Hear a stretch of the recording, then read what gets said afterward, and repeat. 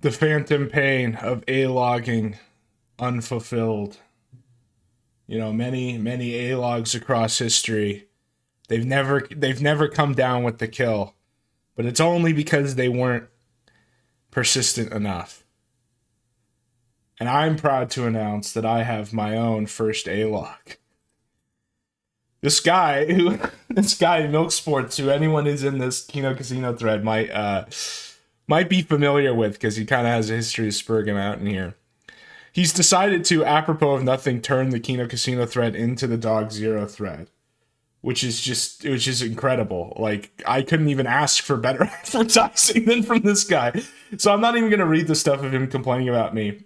All I want to read here is, so I was asleep during all this, or at least just not looking at the thread.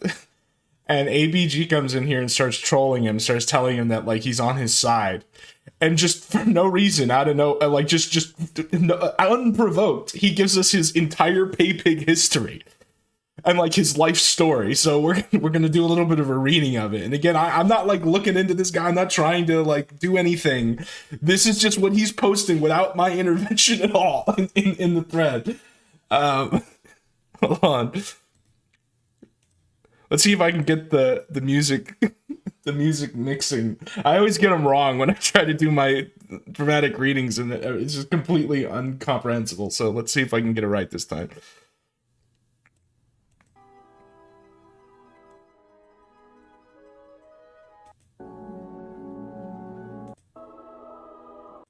Okay, this will be good. So this is Neptune, the mystic, because this guy his whole story is that he's like, I've been in the sector since I was a 17-year-old donating to Donga. And he says that in here. Okay, that's not me, that's him. ABG, known pedophilic content consumer, is highly interested about what I did with my Christmas gift prepaid credit card as a 16-year-old. Okay. Well, I paid my first €8 to buy a League of Legends skin. Later on that month, I was scrolling the Daily Stormer, the edgy thing to do at the time, and saw a comment or an article about the Warski Live and the grand debate that birthed the sector. I think it was first ever YouTube live stream I watched, so I thought I had to pay like $10 to access it like Patreon or something, because the stream was still pending to start. I was actually in the side of Styx at the time, because I would just consume his daily content and grand meme war coverage, and that debate forever changed me as a person. I then bought a few more skins, including a bunch of expensive Lux and Teemo skins for the girl I had a crush on at the time. Why do we need to know this? She would just play Teemo and camp all day like a noob, and I carried her like a simp. She never gave me a shot. I think around that time, I may have sent like $5 to Harmful Opinions, because he was live streaming IRL on some street in Sweden, or was it Norway? It was the first IRL live stream I remember watching, and I paid to call him bald! If you remember that stream, you're a true OG legend. I then used the car to buy condoms with a painted-on mustache from the local supermarket. I was still a virgin at the time. I have a feeling you still are. I just used condoms for the thrill. What? This guy's jerking off with condoms? Like, wait. What does a sentence mean? Hold on. Pause. I just used condoms for the what does that mean? What does that mean? So like you put a condom on and then jerk off? That's some like jelkin shit. Later on, I think I paid $5 when Tardsky was IRL streaming in LA with Baked Alaska. And it was that stream where they met that tranny Blair White randomly on the street with her boyfriend. Thank you. This is like, what is the through line? I guess this is just every time he's given money. I think I may have contributed to Broski's fundraiser for his cancer. Andy later allegedly did not have cancer, Broski being an ancient sector E-celeb. After that, I think a few weeks ago, it first came out that Tardsky was first exposed by Baked for doing cocaine, and I forever regretted every cent I ever sent to those retards. I decided to never pay pig to someone because I liked them. As I came in my 17th year of my life, I had to study for university entrance exams and checked out of the sector. When I was done, the only money I sent to Donka's live stream, a few dollar donos to Donka's damage control streams, because it was the only way to troll him without being banned. I think I may have tried to dono Gunt once during the Brittany Venti Dirty Room leaks, but that dono never went through because payment issues, because I'm a broke bum. Probably one of the most goated blood sports in the history of the sector that still holds up to time. Zidane just butchering that dirty skank like the girl I bought a Lux skin for and didn't have sex with me with the hot for the thrill condom. So like, again, he's not even responding to me. He comes in a thread, he spurts out about me. Look, he turns this into the Dog Zero thread.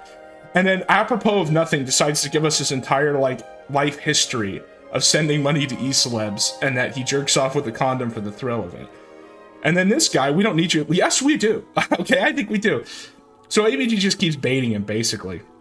And just saying, Just pretending to be on the side. How dare you listen? Before his life story, I didn't understand, but now, like everyone in this thread, I'm a milk sports Mitchell. Ignore these fucking jerks, man. They clearly don't know about old sector stuff like we do. Anyway, I remember you telling me the other times you paypigged. One was even recent. Well, that's the other thing is his original story in this thread was he only paypigged once, and then just randomly decided to tell us all these other times too. One was even recently to Josh with Bic. What? To keep the site up. Much appreciated, by the way. And there was another 5. I really want to know if you were responsible as a sectorite with your money so that I can declare how based you are. Okay, and listen, ABG's gonna give some true and honest history here. Listen, it's only fair that I tell you about me too. Me and Gonzalo Lira, my now late father. We were in Ukraine, and we had to split. Me and my mother and my siblings were all hiding in an attic. The Russians were looking for us under the floorboards, and airstrikes were dropping out my door daily. Then we moved to Tel Aviv, and I became a member of Mossad to feed my family.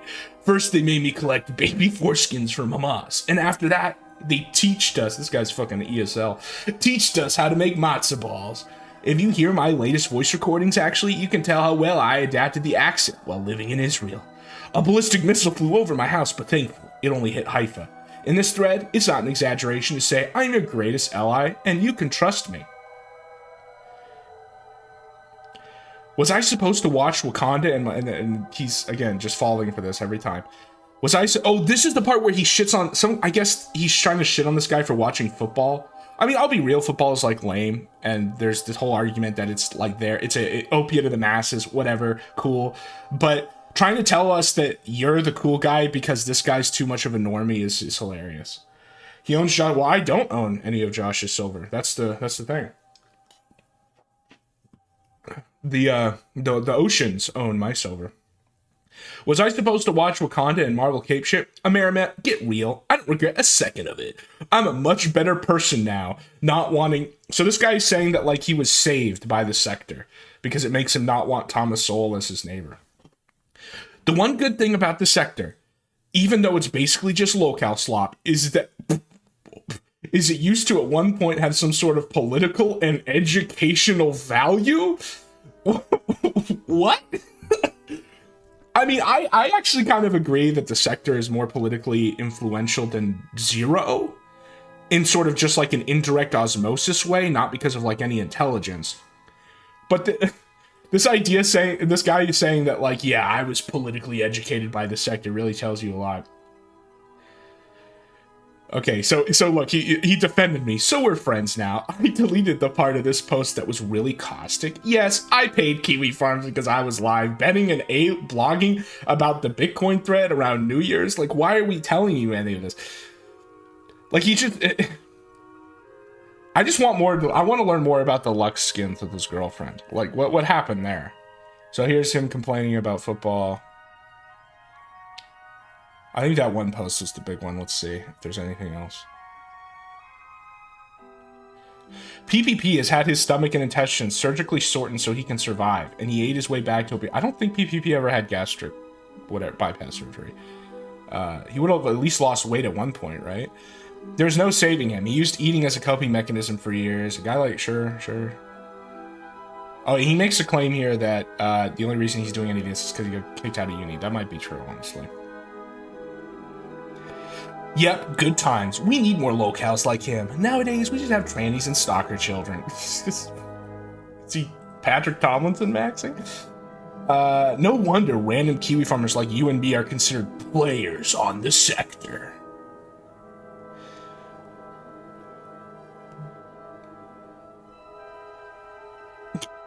Oh, okay. I think we're starting to see why this guy didn't get laid with that girl. I tried showing sector shit to my first girlfriend, and she hated it all. Especially Gunt and Jim. She loved Baldo Man, though. She was studying law and found his Baldonian humor entertaining for some... Okay, so everybody, get... In the mind's eye, activate your abstraction complexes and activate the green wrinkly creature in your bone aquarium. And imagine for a minute that you're probably in some Eastern European shithole. And, you know, I love Eastern Europeans, but let's be real. This guy's probably in one of the commie blocks. And you've just spent your monthly wage of €8 on a Lux skin on League of Legends for your girlfriend. and you're gonna go to her and tell her you sent it to her, and you meet up with her after stopped at the gas station and jerked off into a condom. Again, I'm just repeating what he said. Like, I don't even have to make that up. Like, after you jerk off in the condom, you go meet up with your girlfriend, and you're like, look, girl, I'm a narc. You do the peanut Arbuckle. You're like, you ever heard of the gun? You ever heard of the sector? So there was like this debate with Richard Spencer and Sargon of Akkad, where he like told him that he's not as smart as he thinks it was. And that was the moment when I realized that I can't live next to Thomas Sowell. And then she's just like, what the fuck are you talking about? And then you don't get laid. And then you post to the Key to Casino thread. When you literally admit on wasting your time in literal... Okay, buddy, you're talking about how the sector gave you a political education. Like, I feel like these are two sides of the same coin at this point. Years later, we met... Okay, we got more lore. I'm not even participating in this, and this guy only entered the thread to spurg out about me. Years later, we met during Easter break from our respective unis, and she was all grown up and had no ass. Is that the way it works? Isn't it the other way around as you grow up and you what am I very unattractive for me. So he's a butt guy. Doesn't that mean he's black? There's all these statistics about how if you're white, you like boobs, and if you're black, you like butts because of evolutionary anthropology. She asked me if I knew what a meme was. What? She asked me if I knew what a meme was. I said, I kinda know. Bitch, I literally scroll anon boards and keep rare gators in folders. Of course I know what a meme is. Is this a joke? Is this a thought? It's like one of the few responses I gave to this guy is I said, like, dude, I couldn't make a better controlled opposition if I tried. This is what are we being trolled? Is Milk Sports just like a really advanced troll? We proceeded to watch saved clips from our times in League we had shared on Facebook. The Darius dance animation behind her Lux making it seem like we was having sex. Good times. She became a flight attendant and I never saw her since. So this bitch like flew over into another country. Hold on, wait a minute. Who's Darius? Is Darius gonna be black? Is this guy literally showed a blacked animation to his girlfriend? Hold on. We're pulling up. Oh shit. No, please don't send me to Pinterest. Is this guy supposed to be like Mediterranean? He doesn't look black at least. I was afraid this was going to be a black thing that he was sending his own girlfriend. Yeah, no, he looks white. Oh, but look at that widow's peak. He's got a... so he's bald. Okay, so he wants another bald type character. Message disregarded. Okay, well, when you answer it, directly respond, you clearly... He says message disregarded, then answers the message. Milk Sports is a beta. My wife also knows everything about this. Yeah, but that's the difference, is she's your wife, whereas this is his girlfriend. Average Mr. K. Yeah, I know, man. Like, if it's your wife, then, you know, it's your wife. That's a whole different kind of relationship. Maybe then, if she's interested, you talk about the sector. But some girlfriend that you're trying to buy a League of Legends skin for after you jerked off into a condom, maybe not.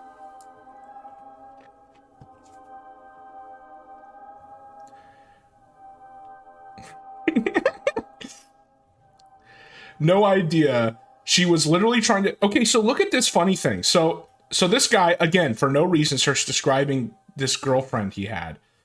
ABG doesn't even respond talking about the girlfriend. He kind of dropped the ball here, not trying to keep him going. And then he responds to talk more about the girlfriend. Anyway.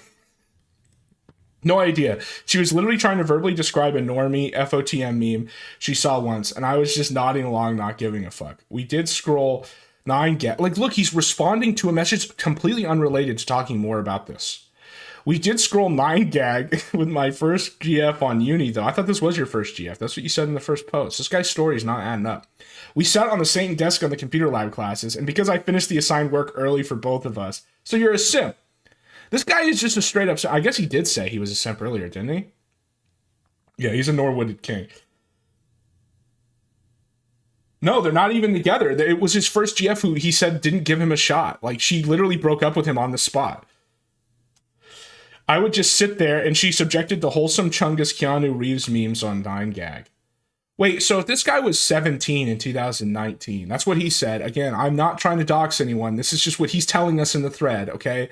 So then how old is he now? He's like 25? So this was recently, if this was in, well, not recently, but it was probably like 5 years ago. I just wanted to chill and play Pokemon Showdown so I could become a Pokemon master, but that bitch wouldn't let me. Gonzo may have failed to abort the right fetus, but he was correct to point out that hosts bring you down. Okay, so this guy is just straight up brain broken by the sector. Okay, for real. I know people say that a lot about people, like, you know, like, all right, whatever. But this is an actual example, isn't it? Like, this is kind of what people were talking about, because this guy, he gets turned down by the first girl he buys a Lux skin for after simping and doing her homework for her, and then goes full like Andrew Tate next. Buddy, if Dixon does the sector, can have a wife and be a Giga Chad talking in his car on the work site with the hairline he has, then this guy has no fucking excuse. This is pathetic. I can't reveal much about my career as a Pokemon master, as it's prominent enough to dox me. Okay. I assume he's using this as a euphemism for something else. I believe every claim you made in this post, especially the part where Consolo, done for the night. Thanks for attending the best thread on Kiwi Farms. And then I just say, thank you for being my strongest soldier.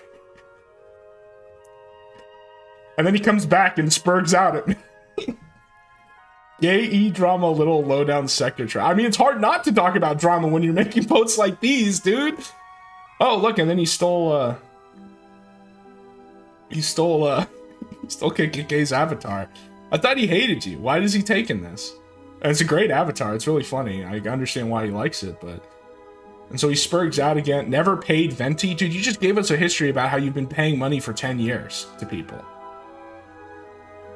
Anyway, this guy's gonna put out more stuff. Like, we're gonna have the Milk Sports segment. Because I think, I don't know, like, even when people aren't even engaging with him about his, like, is the stuff he's self-doxing about, like, he keeps doing it. I don't get it. Ricado's spurging out. More news at 11. He did get a W, though. I mean, Aaron is destroyed. And the thread is kind of cuck rage about it, honestly. Like, if you read this thread, people are... I don't understand why people feel the need to take Aaron's side. Aaron's, like, so dumb. And he's, like, not good at his show. He's not really good at anything. And he has, like, a history of bad relationships with women. I don't understand why people are like, no, Aaron, like, don't get arrested for very clearly breaking the restraining order. And, like, you totally should have seen this coming. It's like, go, yeah, whatever, man. Like, Ricada doesn't need Aaron to exist to self-detonate. Like, because that's what people are thinking. People are thinking, oh, well, we need Aaron to win so that he can, like, win over Ricada so Ricada loses. But that's just never how this works. People like Ricada who are self-destructive and idiots, like, they will find a way to lose no matter what is occurring with anybody else. And I don't know, like, time to do the fourth I hate the Nick Ricada thread rant.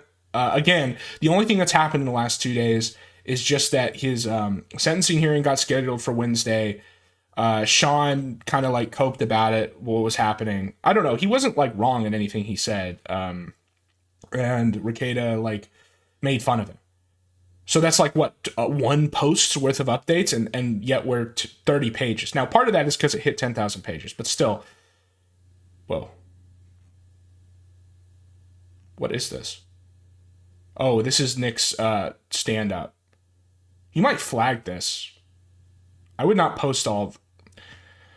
Whatever. I'm not gonna do legal work for Kiwi Farm. I mean, I can't do legal work anyway. I'm not a lawyer. But if you're gonna do this, just leave a review under it, like a review to stand-up. That would probably be smart. That way, it's more fair use. But yeah, posts like this. In the classic words of our dear Sneeder, it's time to sacrifice Aaron to the corn. See, his retardation is outweighing his ability to fuck off Nick. This is what I meant when I said, like, they think that, like, Aaron's success is necessary for Nick's failure, and that's just not the way it ever works. Okay, let's get this started because it's going to take a while. So, this is Stop Killing Games, Cursed Farms. Ross Scott is kind of cringe a little bit. In just he is such a like white coated person in the way that he like engages everybody in good faith. He's very intellectually inquisitive, especially like on his website. That sometimes it can lead him down rabbit holes and to conclusions that are not good. So, like for example, when he a couple of years ago, he was really big into basically the concept of like human permaculture, like the idea how is humanity going to survive on Earth, like with an industrial society, and it led him to being kind of like an anti-natalist, which is like the worst way to deal with that problem. But he's not like an angry, like it's not like most anti-natalists where they're like angry and they hate the world. He just got there because, like I said, he took everyone in good faith and just asked questions and got led kind of down the primrose path. But and there's also some funny stuff about his wife is and again, this is stuff he's publicly talked about, right? His wife is like super social anxiety, like can't leave the house, and seems to kind of be holding him back a little bit. But he's a man; it's his house. If that's what he lives in Poland with her. And the reason why I'm saying all this stuff up front is because I actually really like Ross Scott, and I think he's completely in the right in this whole thing. But I kind of want to put the negative stuff, the few negative things I have in front. Because I'm not going to try to pretend to be unbiased after this, because the two sides here are just so morally not equivalent. You have him, who, like I said, even if he doesn't always come to the right conclusions, is like one of the most good faith people I've ever seen publicly interact on the internet. As far as like he listens to people, he he asks questions and answer them. He's not like surreptitious at all. Versus Pirate Software, who is a industry plant, gay furry who worked for Blizzard, then left, and now continues to sweep for them. That's why I say I think he's like literally an industry plant. He's like the most unlikable guy ever. And Ross wanted to do this initiative where he basically solves the game preservation problem, which is a very hard problem to solve, which is why his initial video describing it is like really long. And like I said, he's kind of a little detail-oriented and autistic too, in a good way. And his solution basically is what he wanted was a petition through the EU, because the EU has, the EU likes to pretend to be a democracy, but it's not. If you actually look at the way the EU is structured, it's basically it's like an oligarchy. There is no way to actually introduce legislation through the representative body of the EU, and the EU Council appoints its own executive branch. But what it does have is a lot of LARP provisions that allow to make it seem like a democracy, like their petitions and stuff. And of course, they make it so the petitions have such high barriers and no actual promise of action, so that they can have that whatever actually there's never going to be the expel every immigrant petition and then it goes through. You know what I mean? So one of his plans was to get through the EU a petition, the European Citizens Initiative, and what's interesting is what he proposes here is actually pretty limited. It's not that crazy. It's basically just asking game publishers to have an end-of-life plan for all their games and set the barrier for that really low. That it's just literally functional. So this wouldn't require like permanent support. This wouldn't require running servers forever. All it would require is the absolute bare minimum to keep it running, to the point of like just releasing basic server software with no UI or anything. And you're thinking, okay, sure, sounds good, whatever. It sucks that all these games are always online and have no thinking about long-term end-of-life plans. Maybe this could be constructive. I think there are legitimate arguments against this, just from kind of like a free market perspective, in the sense that whenever the government intervenes on stuff like this, it oftentimes fucks it up. But I actually think this is written and is limited in a way, like it is limited in a way that it wouldn't cause that much damage. And the point is that if Europe did this, all the companies would probably change policy, so it would help American proposal. Pirate Software, this gay furry guy, out of nowhere, just for no reason, seemingly for no reason at all, decides to start constantly talking about it on his stream and just lying about it, just lying about what it asks for. Just saying, this is asking for publishers to run their servers forever, and it's going to cause a collapse of the video game industry, and a meteor's going to hit Earth, and if we do this, then I won't be able to be a gay furry and predate people, and all this shit. And Ross, being a, like I said, kind of autistic, but also extremely good faith guy, goes into his comments on these videos and gives like a very nice, neutral toned response to it all, and like offers to talk to him, and it's like, let's have a conversation and I can explain to your audience and to you what this is actually about. Of course, Pirate Software doesn't accept that because, like I said, I honestly think he's like an industry plant, because he used to work for Blizzard, and he's like a fake developer now that will never that's making like doing fake development stuff. And so I honestly think that like and if it sounds crazy, if it sounds like too crazy that the idea that the industry would hire a plant to say stupid shit like this, go back to YouTube Wake Up. This is back after the adpocalypse, where you had that redhead guy who came out of nowhere and started saying that there are pedos all over YouTube, or advertisers on it, and they did it, and he did that right before YouTube renegotiated its like 10-year advertising contract, so that the advertisers would get a better deal. And so I do think this shit happens. And honestly, Pirate Software, he's like from a connected rich family. He's never really had to work or do anything. He worked at Blizzard briefly before leaving because he couldn't do shit, because this was back when Blizzard was at least somewhat kind of competent. But he was also there when Blizzard like adopted a lot of its really stupid anti-consumer shit. And so I honestly think that Pirate Software, whether directly, he might be a useful idiot, he might be directly paid, just came out and lied about this initiative. Totally lied about it. And because Ross is like I said, he's almost to his detriment good faith, he didn't engage with it as he should have, which was to just destroy him. Ross should have, he would never do this. I'm not saying he would have done this, but if Ross was a different guy, he could have just totally like R'd him, because there's so much shit in Pirate Software. But his thread is fucking wild, man. If you should go read it. There's all this crazy shit. He's a massive degenerate, lies, like can't code, can't do anything. He's yandere dev with rich parents, essentially, and a furry. And so, like, if Ross was a different kind of guy, he would have just took him down, put him down. But he wasn't. So we tried to engage with him in good faith and be like, sure, let's talk about it, whatever, and then just get blackbagged. And the ultimate result of this is that it took a lot of wind out of the sails of this initiative, and so it's not going to meet the goal probably, because I think it has to get there in like a month. And again, I think that there are legitimate ways to argue about this issue, and maybe you don't think that this is the right law, you don't think this is the right solution. Fine, I'm not asking, I'm not trying to pitch you this petition, really. I agree with it. I think it's probably the least invasive way to solve this problem. But even if you have your own issues with it, the real crime here, the real problem is to just straight up lie about what it is for the benefit of like these companies that are anti-gamer. Like, the first victims of the gamer revolution will be game developers. Isn't that crazy? When the gamer revolution occurs and the guillotines are brought out in the streets for the mobile gamers, well, they'll be enslaved. Like, that's what's going to happen, is the game developers. Final update to the Stop Killing Games campaign. Though I'm coming at you a little bit like a time traveler would. It'll make sense in a minute. As a refresher, Stop Killing Games is a consumer movement to stop publishers from effectively destroying video games they have already sold to customers. Now, we've gone about this in many ways, but it's easiest to divide this up by things we've already done and things we can still do, because there's about a dozen things we've already done. Yeah, in fact, here's a list if you want to pause this. Going over this again will be a video in itself. I'll talk more about. So I focused on the EU petition because that's the one that, in my opinion, I thought had the best chance to do anything. But he had been doing a whole bunch of other stuff too. Some of this towards the end. So that just leaves things we can still do. It's just funny to me because this campaign, the Stop Killing Games, was founded by essentially a shut-in, okay, who's not really great at outreach, but is smart and is actually interested in the topic.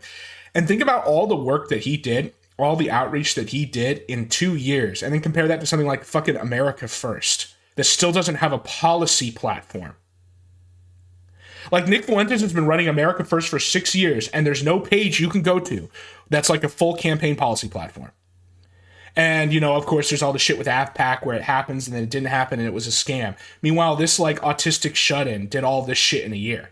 There are only 2 items. One is for the UK to sign a government petition to bring this issue before Parliament. Though, keeping it real, I'm not terribly optimistic about this one, since the government response has been a mess by every definition. It's a long and boring story. Yeah, it's the UK. The UKK... yeah. But the short version... I'm going to start Fed posting if I talk about the UK. ...is it's hit a bureaucratic roadblock and will stay stuck unless it gets more signatures. But the one that has a lot of power, so much so I think it could change the course of gaming history, is the European Citizens Initiative. Now, I said I'm approaching this like a time traveler because with the trajectory we're on, these are both going to fail. So I figure, why wait until they actually do to tell people? Both the petitions end in July, the Citizens Initiative in particular on July 31st. This video probably won't change the timeline, it's just a last-ditch attempt to wake people up on it. The European Citizens Initiative failing kind of stings. Again, this one is crazy powerful, but the hurdle we just couldn't get past was that it requires 1 million signatures from citizens of EU countries, and we've only made it just under halfway. That's really too bad, because I have high confidence this would have solved the problem of publishers destroying video games. Now, why do I say that? What a lot of people don't realize is that in the EU especially, it's almost a state of lawlessness regarding the practice of game destruction. Okay, I don't want to put people to sleep Gamer anarchy here, but the quick legal argument is that the vast majority of games with an online requirement say they can be terminated at any time for any reason. Or Blizzard likes to say any or no reason. But yeah, and I don't know why he's saying just the EU, because I'm pretty sure that, I mean, that's the way it is everywhere. I mean, the US is going to be even less interventionist on this. That's kind of why the EU is a good target, because the EU is just large enough of a market that if you can get a law like this passed, it'll change practices everywhere else. To the EU Commission, that might be a violation of Directive 93/13 EEC, which protects consumers against unfair terms in consumer contracts. So if that term is okay, but the US, I'm sorry, Ross, I don't want to get all legal brained on you, even though I'm not a lawyer and I don't know anything. But there is so in contract law in the US, you can get out of contracts if the terms are considered unconscionable. So they have this too. It just has a long common law background. Probably actually more developed than what the EU has, because the EU doesn't believe in the law. I'm not going to elaborate on that.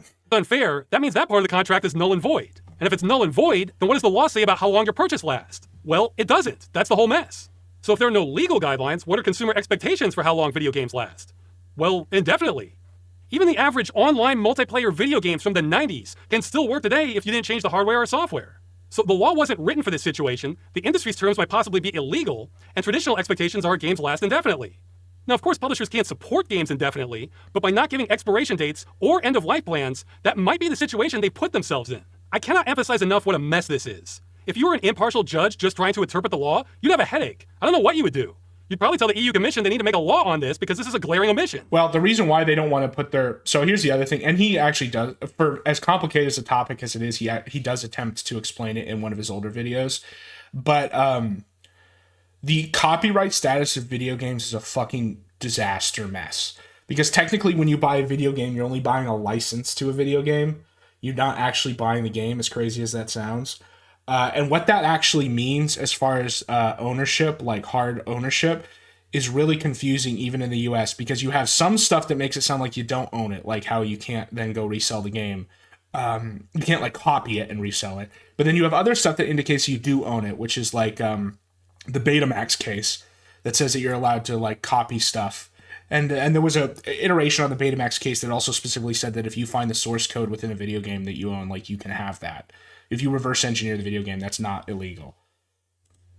So being in the middle of this quagmire right now, if we had rolled up with 1 million signatures demanding that the EU give us basic consumer rights for video games, that would have been the easy way out for regulators, because then they would have a mandate. That's what I meant about my half-joke slide about politicians liking easy wins.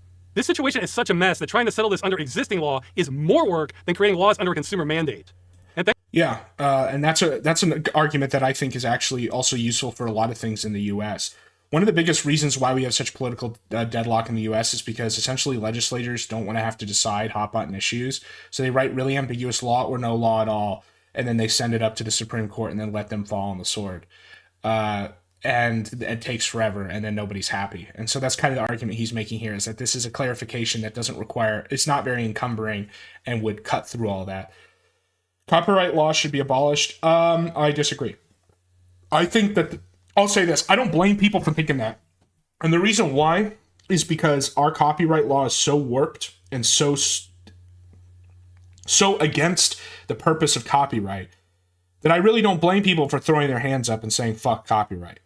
But what I'll say about copyright is, as copyright law was initially written in the U.S., which was based off of the Statute of St. Mary in the 1700s to regulate the copyright of books and pamphlets.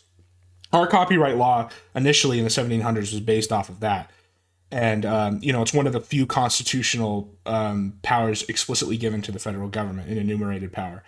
And the original term for copyright was 25 years.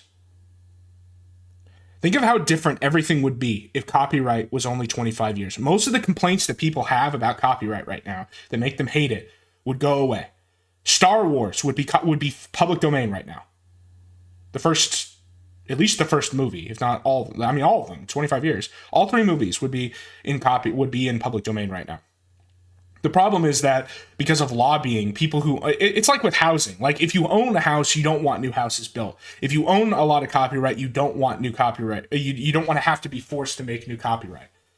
I think that and my ultimate point in all this is I think that a lot of the issues people have with copyright could be alleviated if the term was reduced back like significantly, at least to like life of the author. I still think that might even be too long. But like, especially now with how fast information moves, the original idea of extending the years was, oh, well, you need to give people time to make money off of their new idea. Okay, well, now when you come up with a new movie or you come up with a new idea or whatever, because of the way information media is created, how fast it's created, if you haven't capitalized on that in 10 years, you're not going to.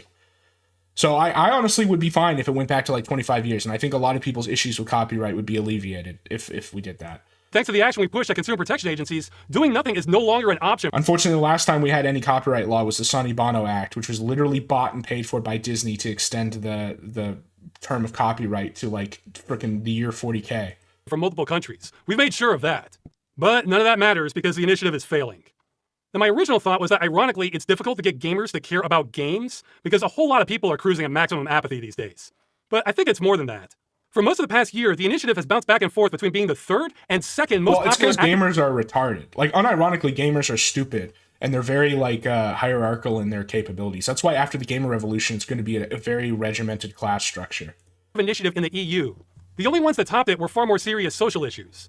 So that says to me, the problem isn't getting gamers to care about games, it's getting people to care about anything. And frankly, that is a checkmate move. If people can't care enough to write their name on a form to protect their rights and stop things they care about from being destroyed, then yeah, I can't do much with that. I am not a Care Bear that can shoot light out of my stomach to make people give a damn. Plus, it's hard to know how many people don't care and how many never knew about the initiative in the first place. It's certainly not for a lack of trying. I have tried to push this everywhere I can, though I'm an amateur at all of this. I have a medium-sized YouTube channel for making comedy videos involving gaming. That's it for my advantages. Now, I've tried to leverage this to push the initiative, get as much help as possible, but I've never been great at marketing and networking, stuff you need on a campaign. Yeah, in fact, I never wanted to. Yeah, the problem is they're fucking up retro gaming too with all these reheats. These shitty reheats. The only ways to play the game are like through shitty reheats. And of course you can remaster these games yourself with just a little bit of work, getting them run on modern software and everything. But a lot of times the reheat then makes it so that you can't get a copy of the old game, which is why you should fucking pirate everything. That's what I already said that in one of the previous videos. Don't watch ads, pirate everything. To do any of this. I've been beating the drum on the problem of game destruction going on 10 years now, but the problem only got worse and worse and nobody was doing a damn thing about it. So when the opportunity to do something finally presented itself in the form of the biggest game shutdown... Also, when I say pirate everything, I'm not advocating anyone do anything illegal. I just think piracy is legal through a very complex legal theory that I won't explain. A European company, I pounced on it as hard as I could. So I've hated doing almost every aspect of this campaign and will be very happy for it to end. But I would have hated myself even more if nobody stepped up to do anything. So in light of that, I think our exposure has been phenomenal. We've gotten a lot of support or just fair coverage from major YouTubers. Some ordinary gamers, Young Ye, Louis Rossman has been a bro especially. Gamers Nexus, Linus Tech Tips, Game Linked, Philip DeFranco. Look at this blunt rotation. Cursed blunt rotation. You start with Louis Rossman, New York, Rent. You pass it to Mudahar and he starts saying, whoa boy, next Taku's not a pedo. Then he passes it to Linus and he starts explaining to you about trans rights. And then he passes it to Gamers Nexus, and he's talking about like the heat tolerance of Intel's like goo. Asmongold, Black Panther, Second Wind, including Yahtzee and the Other Frost, Spawnwave, Civi 11, Mandalore Games, Bellular News, Digital Foundry, Josh Strife Hayes, Tech Tangents. Honestly, it goes on and on. I'm leaving out a lot of people. My apologies on that. We've gotten game news outlet coverage. PC Gamer, IGN, Rock Paper Shotgun, Kotaku. PC is a tool that can be used for good. No, don't put those words in my mouth. Fuck Gator and fuck that tweet that you're referring to where he said that. It was terrible.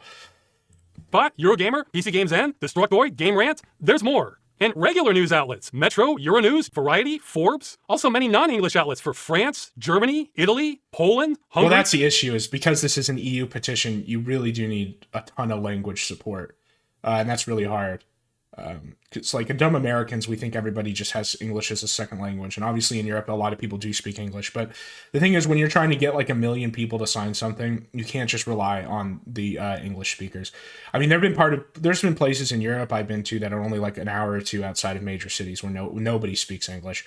I was in Verdun in France because I wanted to see the battlefield there, the Ossuary, because I really like the First World War history. And no one there spoke English. I had to trying to buy train tickets. I had to literally draw pictures on like a little piece of paper, and that's cool. Like I'm not saying they're bad for not speaking English. It's their country; they should speak their language. That's fine. But in speaking towards this, like you really needed language support early on, and I don't blame him for not really knowing that because he kind of just came in this as an amateur. But in hindsight, there's a lot. And some developers. Running with Scissors, Landfall Games, Mala Industria Games, Octay, those awesome guys, and developers of emulators like Dolphin, PCSX2, and PPSSPP, and some more indie developers I may have lost track of, I'm sorry. And this last one is hearsay, but it's my favorite if true. Developers from Ubisoft Ivory Tower, the people who made The Crew, which is the game we used to get all this action rolling in the first place. Yeah, it turns out a lot of developers who spend years of their lives working on something don't like seeing it destroyed by publishers. Who'd have thought? And I've been saying yes to almost all offers for interviews, questioning, or any kind of outreach opportunities that came our way. I honestly don't know how many interviews I've done on this issue at this point. It's easily dozens, though not all of them were on video. One was even for BBC Radio. And then there would be the spontaneous offers that would pop up throughout the entire campaign, like working with members of European Parliament to push through questions to the EU Commission, having meetings with the BEUC as another route to the EU Commission, meetings with representatives from GOG. That one was looking promising until they fired the representatives we were talking with, then backpedaled. That sucked. Meetings with representatives from Heineken. Yeah, I didn't see that one coming. Heineken, of all companies, supports the initiative, because it ties in well with some gamer lounge campaign they have going. That one was going to be a huge boost for us. But they ended up having to postpone it a year, which is too late. I've had meetings with Fudo, FGAMP. Probably the funniest of these was another member of European Parliament who was also on the Committee on Culture and Education. Their staff reached out to me, set appointments, canceled, then kept having to reschedule 3 times. And this is all on top of the day-to-day outreach, organizing, and just basic communication. Maybe don't say that, Ross. I wouldn't talk shit about people who didn't follow through. It's just going to hurt you. With God knows how many people. Again, I've hated doing this because I have to fight all my instincts not to bother people. I hate being a pest, but you kind of have to do some of that when campaigning. At this point, I've written a couple thousand. If only Anissa and Ian understood that about Creator Clash, that to promote something, you have to kind of be annoying. Connected to the campaign, trying to do outreach, research, and just keeping things together. I haven't done that much on Twitter because I don't have much of a presence there. Same goes for Reddit. Yeah, Reddit. I received so many reports of promotions of the initiative being deleted, and some of the ones that stayed up are some of the most hostile to the initiative that I've seen. Reddit. Yeah, isn't Reddit just a wonderful place to be nowadays? It always was bad. We did get a Discord launched, where people could independently organize, so I wouldn't be bottlenecking anything if others had better ideas on what to do. I believe currently they're trying to contact TV stations about this in Europe, something I never would have had a clue how to do. That's exactly the sort of thing I was hoping would emerge. Yeah, I really want to emphasize that from the second the initiative launched, nothing had to go through me. It's been there, in public, this entire time, with easy multilingual guides at stopkillinggames.com. We blazed a trail to make it easy for others to act on this, but that wasn't enough. So it feels like I've been running a rickshaw carrying people to the destination to save games, except it's breaking down halfway. The work on this has never stopped. I never wanted my involvement on the campaign to last this long. I kept hoping after launch, somebody with more reach and better at campaigning could just point people to the... Yeah, it's I'm just seeing so many parallels between this and like AF or even like Josh's thing. Because obviously like Ross is a much better advocate, public face of something like this than Josh is for his internet transparency thing. But even Ross understands that even his much better reputation is not enough to be the face of something like this. And he was trying to pass it off. The destination and get it done. But no, I've had to keep hauling that rickshaw.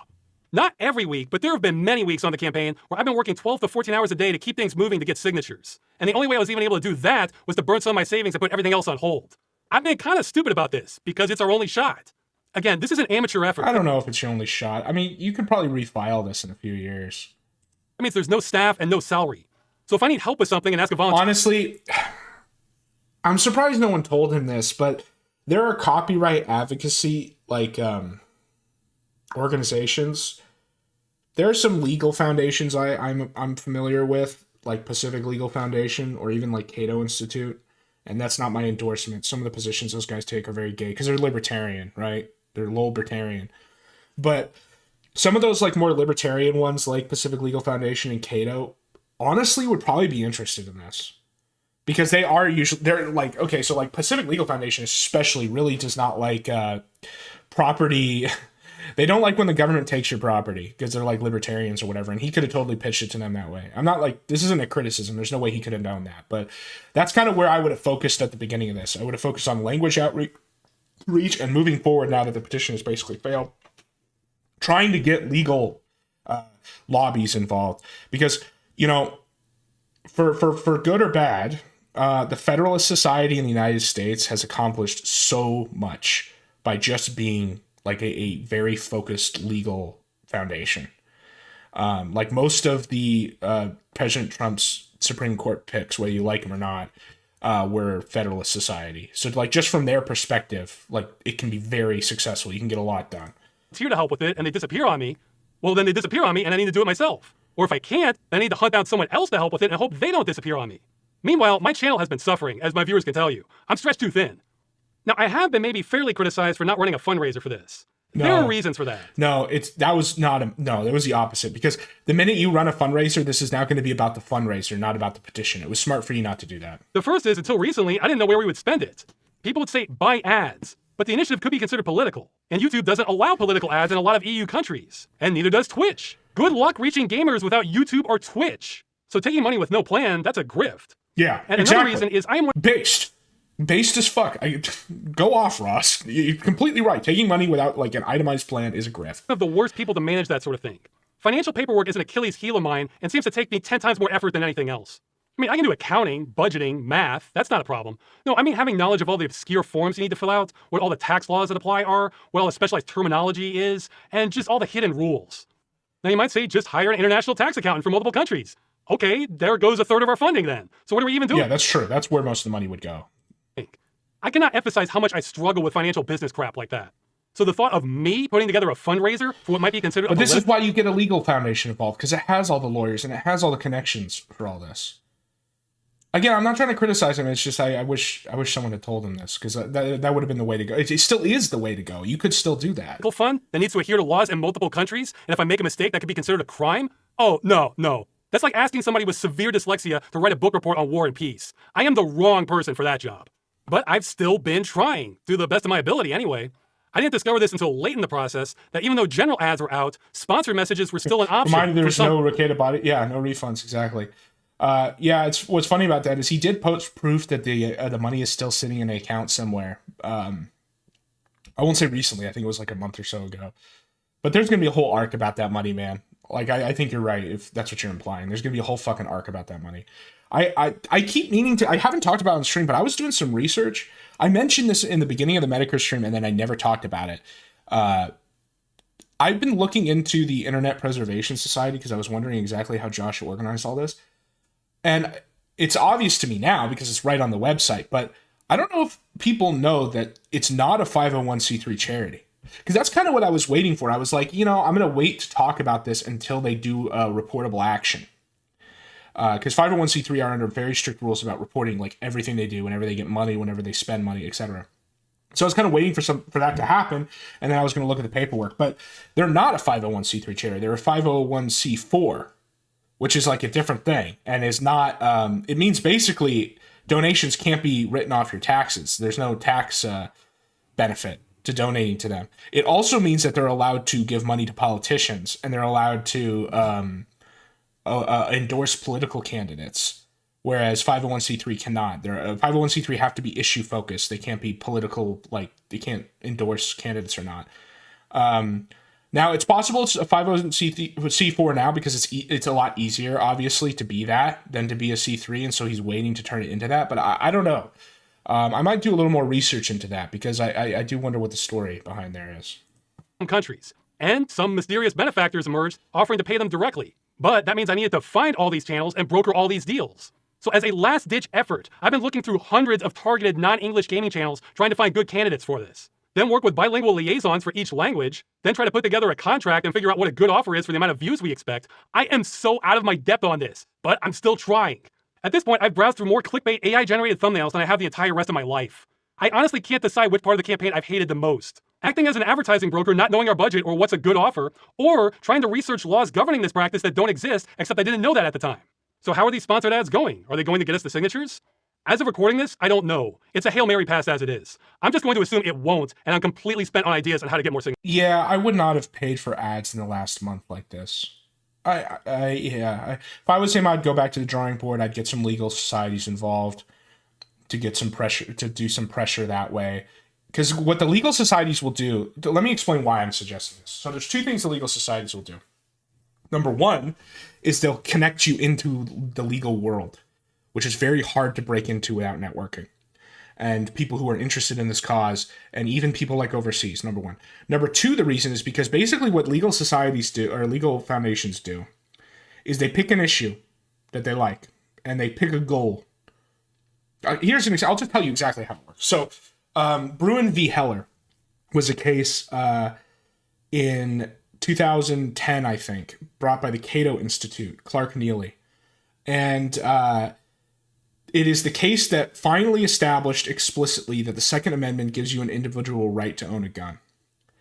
And this is something people have been trying to bring to the Supreme Court and get them to say for years, right? So how do you do that? Well, you got to find the perfect set of facts, because that's ultimately what is going up to the Supreme Court. It's not just Supreme Court talk about guns.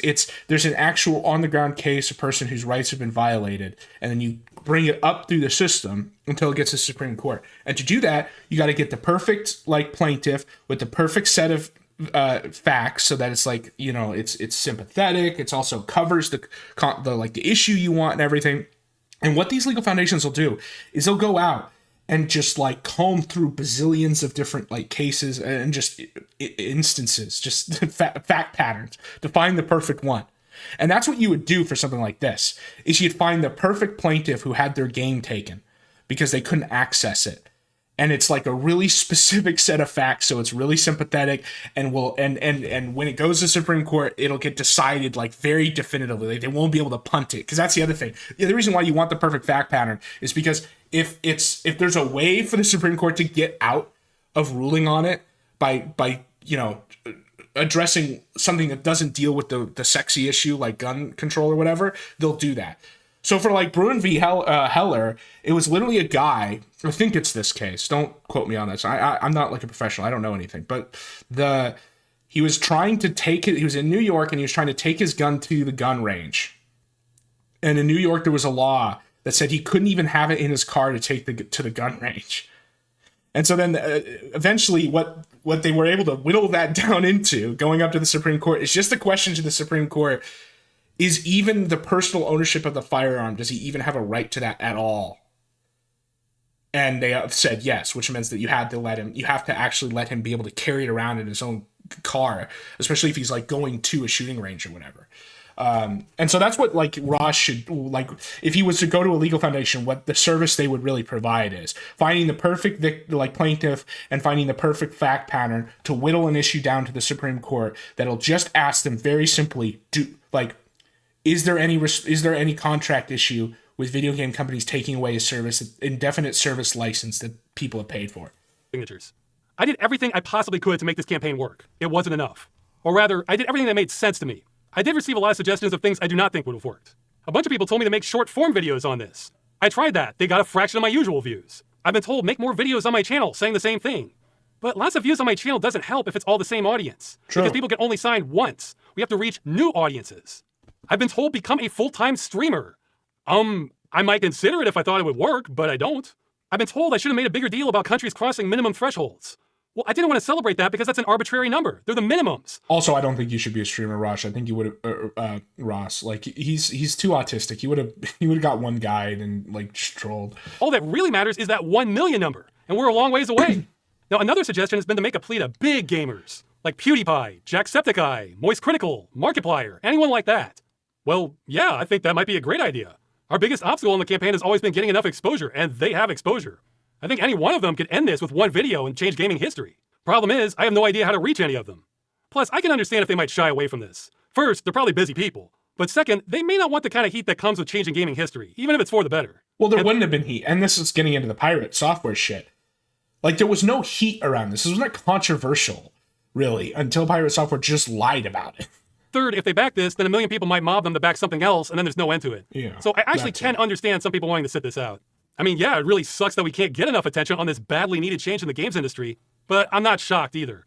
Honestly, I'm already punching way, way above my weight class on this. My main promotion video for it got a little under 250,000 views, and about 15% of my audience is from EU countries who are eligible to sign. So that means I shouldn't have expected much more than 30 to 40,000 signatures from my audience, and we're over 10 times that. It's almost like a lot of people out there don't like having their games destroyed. Anyway, most of the criticism I've seen for how I've run this campaign kind of comes down to be more popular. Yeah, sure, maybe everybody else knows how to do that. I don't. I kind of view that critique as similar to don't be poor financial advice. And that's from people who support the campaign. For all the support and fair coverage we've received, there's been some opposition too. Though I want to say 80, maybe even 90% of people who are against the initiative are against it because they think it's doing something it's not. Yeah. For example, the number one criticism about the initiative that we've never been able to shake is that it's unworkable because you can't expect publishers to support games forever. Yeah, we know. That's why we've never asked for that. I must have said this 100 times now. It was written on the website from day one. But this keeps coming up over and over again. Yes, because Pirate Software is an industry plant to just lie about this. See, that's and his reputation is already so bad that he's willing to take money to do it because it's like he's already a gay furry that can't code and is kicked out of the games industry. Like, what are you gonna? Much farther can he fall? As soon as you say 3 words on requiring end-of-life plans, gamers especially will jump to some conclusion, and I never know where they're gonna land. Ironically, non-gamers tend to be much better at understanding the initiative because they're not coming with a whole bag full of assumptions. A couple other criticisms are how this would violate copyright law by forcing publishers to give up their intellectual property. No, it wouldn't. Some of you may want to pause this part. Or how this won't work because of end-user license agreements. That's also not a problem. Or how this isn't possible because publishers already have agreements with other companies and don't have the rights to distribute that code. We're aware of that. Yes, the initiative is still possible. Those are the ones I've seen most organically. Beyond that, there is a clear patient zero where others come from. Okay, I really don't want to do this next part, but it's become a liability. Yeah, it's a shame, like, that he's only doing this now a month before, because the thing is, there's such a massive community of people who hate Pirate Software for good reason, that if he had hitched his horse to the fuck Pirate Software train at the very beginning of this, when he first commented on it like a year ago, I think it actually would have gotten signatures just because people will spite sign it. The campaign for me not to. Our biggest critic by far is YouTuber and streamer Pirate Software, who goes by Thor. If your only exposure to Stop Killing Games has been this video, then you've been misinformed. This video is by someone who does not understand the campaign, has been trying to stop it, and has been making up what it is about. I am not saying that lightly. I will prove it in a minute. Now you might be thinking, okay, so some YouTuber got something wrong on the internet. So what? See, that was my thinking too. The problem is how incredibly influential this YouTuber has been. Remember that list of coverage on the campaign? Well, best I can tell, Thor's coverage has been bigger than literally anyone else on those lists, except Asmongold. And the only video Asmongold had on this bigger than Thor's was about Thor's video. So for all practical purposes, Thor here has been the #1 voice on the campaign, and he's been lying about what it is. That's a bit loaded though. In this case, I'm using the second definition of lie. I have no evidence it's the first. This video came out right... kill him. It is the first. It is the first. Come on, Ross. This is what I mean when I say this guy... He's too white coded. He's too, like, assumes everybody is a functional member of society and is being honest. He is lying. He knows exactly what he's doing, dude. This guy comes from a, like, community of liars, of degenerate liars. As we were building momentum, then except for one boost in Germany, the signatures started drying up like clockwork. This put me in kind of a no-win scenario too. Because if I ignored it, then a lot of people are going to get misinformed about the campaign. But if I did a response video, which is not something I wanted to do anyway, then it might look like drama farming, which could understandably turn off a lot of people from the campaign. Because that's it's not why you about get that at all. a attack dog. Okay, you know, everyone criticized Ricada when he hired Ralph as an attack dog to start spurging out at Aaron or whatever. But that's honestly what Ross should have done, because Ross can't be the guy who attacks back. He's just not that guy, right? And he doesn't even need to overtly, like, endorse it. What I'm saying is Ross should have hired Ethan Ralph to kill pirates. Okay, verbally, not really. Like, just or someone like Ralph, like a Pitbull, should have gotten someone who is already a drama guy. So it's not like reducing their reputation. You don't have to overtly endorse it, and just have him be the pirate, take out Pirate Software over this. I quickly made and that should have happened 9 months ago. Trying to clear up all misconceptions and concerns about the initiative with timestamps for everyone's questions, hoping the truth would eventually come out. I can see now that was a mistake. I should have just embraced the drama. To this day, I'm still getting frequent comments and emails about the same falsehoods about the campaign that originated in this video. Well, now I have nothing to lose. If we don't get the signatures, then none of this matters anyway. So if this campaign is failing because of me not talking about this, then I'll at least correct history here on the way down. I'll get this over with and go over what I think are the biggest points of Pirate Software's videos. I'm not going to go over everything because collectively Thor's made hours of video on both me and the movement. I'd be here forever. Believe me, I could address smaller things too, and kind of already have. Alright, let's start. Okay, point number 1. Thor does not understand what Stop Killing Games is. Here it is in his words. So for those who don't understand, the Stop Killing Games initiatives is basically we don't want single-player games No. to have DRM that the developers can turn off and thus render the single-player games inactive anymore. This is what they want to change. Get the dog off your screen, you faggot. He has that dog there for sexual purposes, this disgusting animal. To be specific that they're talking about single-player... This guy, he represents a subversion of the great chain of being. God has animals for us to rule over, and we have reciprocal responsibilities to them, and he wants to completely subvert that for his sick fetish. And now he's going to lie to us about this other thing. Player games that do not need a server to support them. No. And as much as they want it to be about specifically games, where it is a single-player game that has always online functionality, it would impact every live service game that exists. Instead of just targeting single-player, always online games. No, that's not what it is. Stop Killing Games includes single-player games, but nothing about it is specific to them. He completely made that up, and I have no idea where he got that impression. This is what he got that impression from his handler at Blizzard, bud. His dad was like, you need to shut this down, because if we do, we might have to actually, like, not delete the real Warcraft 3 when we come out with Reheated. It's harder for gamers to understand this because they come with so many assumptions. It's like that saying about doctors being the worst patients. So let's clear this up. It's the first line on the website. Stop Killing Games is a consumer movement started to challenge the legality of publishers destroying video games they have sold to customers. But the movement includes all this stuff from earlier, and he was mostly talking about the initiative. Well, the short version is the initiative is about requiring publishers to have end-of-life plans for games they've sold to customers in the future. So when they shut them down, customers can continue running them without their support. The long version depends on what kind of transaction. Yeah, and what's funny is, like, what he proposes as the end-of-life plans are, like, the absolute bare minimum to even hypothetically be able to run the game. Like, there's still so much work people would have to do even under his formulation. Action is being made. As you can see, it's not easy to explain in a soundbite. But if you notice, we don't make a distinction between single-player and multiplayer games. That's because the law doesn't either. So why make this even harder? Both the movement and the law are making distinctions on how games are sold. Also, that part he said about it affecting all live service games, yes and no. It would affect most live service games in the future, but the initiative is not retroactive. So that's one thing. Yeah, obviously, because it can't be. Like, that would be the immediate problem with anything like this. Doesn't understand, but he also seems to think this is about converting. He just straight up lies about that aspect, because he knows that if it wasn't, it wouldn't work. Multiplayer games to single player. Once again, he made that up, and I have no idea why he thought that. Because he's a liar. He's a liar. That's why. Entire multiplayer server-side game into a single-player video game, which means rebalancing the entire experience around single-player, rebuilding everything in the entire game. How are you going to do that with Final Fantasy XIV? You're just going to make all the raids soloable? Imagine the day that World of Warcraft shuts down, and suddenly you have to make it a single-player game for every individual that ever bought the game. That's what they're asking for. No. Because they would have to sunset live service games as a single-player experience. The idea that suddenly you need to make every single live service game playable single-player offline? No, dude. Correct. No. This one is particularly baffling to me because I've heard most counter-arguments before, but until 4, I've never heard this one. That we want the industry to convert all multiplayer games into single-player ones. I keep saying it. You never know where gamers are going to take this. Nowhere in there does it say that it's directly targeting always online single-player games. Oh, he's so close. He's so close to getting it. It is vague, and because of that, it will impact. He does understand that, like, these initiatives, like, what is written in it is not going to literally become the letter of the law, right? Like, the citizens' initiatives, the whole idea is to write, like, the draft of what it'll be, and then it goes to actual lawmakers, which Ross, like, clarifies in the initial video. So, like, even if there are ambiguities in the text, like, those would get worked out. That's, like, part of the sausage making of making law. He never has that light bulb moment. Well, he is correct in that statement. It's almost as if that's not what the initiative is asking for. But those were his streams with a smaller audience. What does he say in his big YouTube video with over 1 million views that he had time to research? If we're trying to kill off the practice of developers putting together a live service game, pitching it as a single-player experience, and then taking away support in the future... now he's changed it again and is making up how it's about single-player games are advertised. What is he doing? It needs to be specific about the business practices, which is specifically companies that are doing this under the guise of it being a single-player game, but adding online-only functionality that is not necessary and doesn't add any gameplay elements. That's the problem. No, that's not it at all.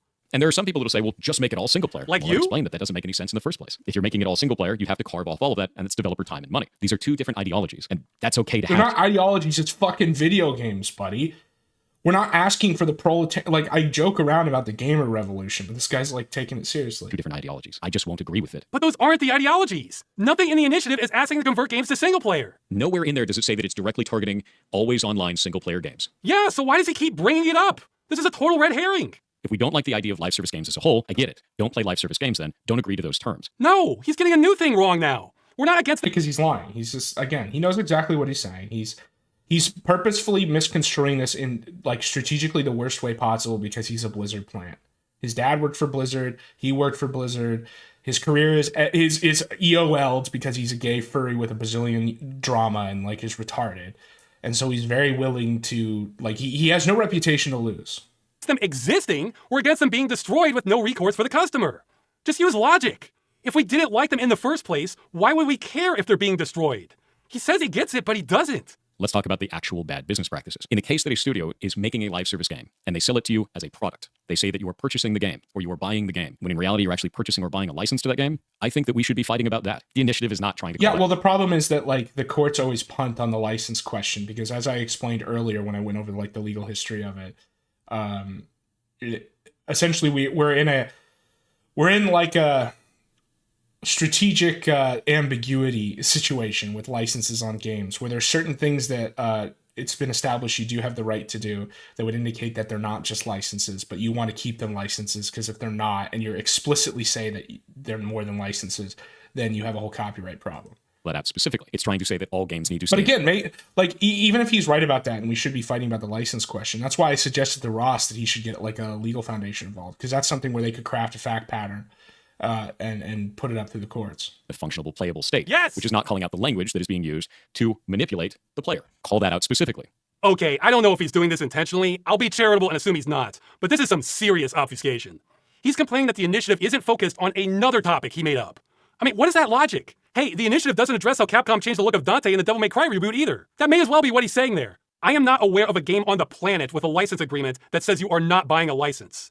Our problem is not with licenses failing to inform people. Blizzard says they can take away your purchase for no reason. That sounds pretty clear to me. Our problem is those terms are so hostile to consumers and the medium that they should be taken off the table entirely. This needs regulation. Forget video games. If you look at basic commerce for hundreds of years, when you paid money, you either got to keep what you paid for, or if it was a service, you were told when your access ends. The vast majority of online-only games do neither of those. Yeah, well, that's like the horns of the dilemma, is that video games in practice are both a service and a product, which is why there's, like I said, kind of a doctrine of strategic ambiguity on the licenses. The games industry is trying to upend basic commerce. I think you have to go back to feudalism before neither of those things are true. Why even have consumer laws if you have no rights? If you try to tell me that every studio needs to run their He's going to make me spurg out about feudalism by saying that. live service game indefinitely or not want That's to not run true. one at all, then no one's going to run them. Oh no! He wheeled out that line about publishers having to support the game forever. He was literally watching the video earlier where it says it won't do that in big letters. That wasn't enough. We just can't stop gamers from going there, even when we spell it out. I admit, guys, this part hurts. To see the biggest voice on this issue get it wrong again and again. He's not getting it wrong. He's lying. This is like Ross's autism. That's the problem. Is Ross is too like good faith and autistic, so he thinks that these people are just stupid and they're not. He is just lying. Again, then put that same wrong information on blast to a far bigger audience that we can reach. It hurts. He doesn't get it. He doesn't understand what we're asking for. No, he does. He knows exactly what you're asking for. That's why he's able to craft the lies the way he has. Like there's so much intentionality into the aspects he's lying about. He always lies about it in a way to make it the most unworkable, the most like unreasonable thing. That's why I said like the first thing he's talking about is turning everything into a single player game, or he's talking about like copyright, because that would like immediately shut it down.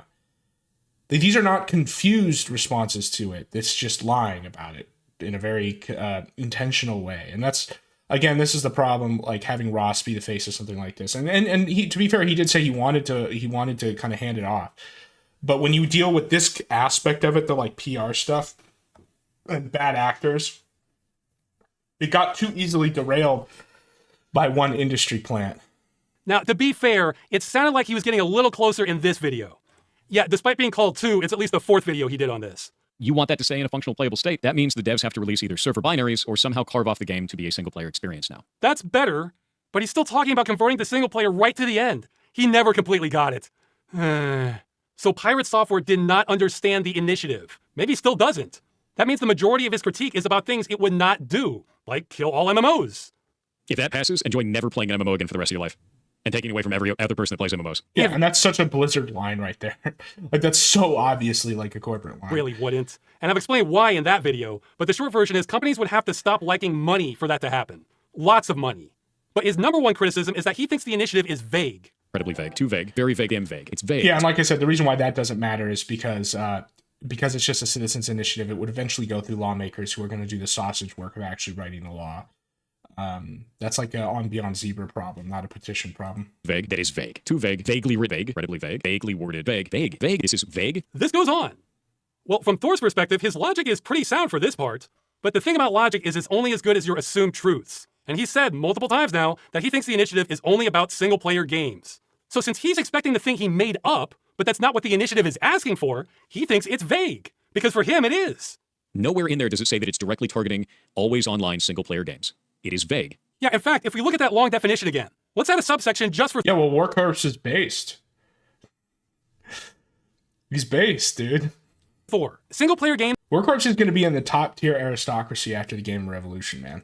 with an online DRM check. Those would already fall under this broader category. So You'll have an unlimited supply of beer. Thor is expecting this. Again, I don't know why, but instead he's seeing an initiative that covers all of this. That's why he calls it vague 50 times. The thought that we want what we're asking for and not the thing he made up seems to have never entered his head. The initiative is trying to stop the destruction of games. That's the whole point. It covers the types of games most in need of saving. If we only covered this tiny subsection, that would save maybe 1% or less of games that get destroyed. This would do almost nothing. I'm not saying there isn't one, but I literally can't think of a game that meets this criteria. Every game I know of with single-player content that's been destroyed has been designed to run server-side, not locally. Older ones like that tend to have the DRM cracked, which is not an ideal solution, but that does stop game destruction. And newer ones with the Nuvo or something tend to have it removed by end of life. So I say less than 1%, but this might save 0% of games. I'm not sure. The initiative is actually not that vague. Though to be fair, some people did get hung up on this part. A reasonably playable or functional state. Yeah. True, that is not 100%. Yeah, I mean, it is the vaguest part, but again, that's like the part that would have 100 articles in like an actual law.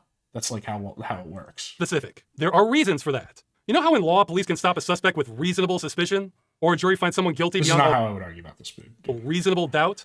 That's because the number of situations you face are so varied that the law has to inject some common sense somewhere. It's the same with games. A multi-million-dollar MMO is a different animal from a budget arena shooter. It won't work making highly specific laws. That's one half of it. The other half of it is this sentence is an olive branch to publishers. Yeah, exactly. Here we go. This is what you say. You say because essentially it's like Obamacare and all this stuff is you bring up the law and then it forces like the people being regulated to come to the table. And in the bad scenario, it allows them to like regulatory capture the law, which is what happened to Obamacare, where Anthem Blue Cross literally wrote the whole thing, which is why it's such a shit show. But in a situation like this, where he's already kind of desperate to get even a foot in the door into like the political sphere to even start having this conversation, you do kind of want to put out an opportunity for the publishers to come in and help craft the law. I've heard complaints this isn't specific enough. Okay, but you know what the alternative to this would be? Here, I'll show you. The game must be fully functional and contain 100% of all features as advertised. So as a publisher, which requirement would you rather meet? More importantly, this sentence shows the EU Commission that we're acting in good faith and trying to find a balance. I think some of the people asking for this to be more specific may not realize what they're asking for. I know some won't believe this, but a hell of a lot of thought went into the wording of the initiative. I think it's almost perfect. See, the initiative isn't even a proposed bill. It's a negotiation. Exactly. This is what I was just explaining.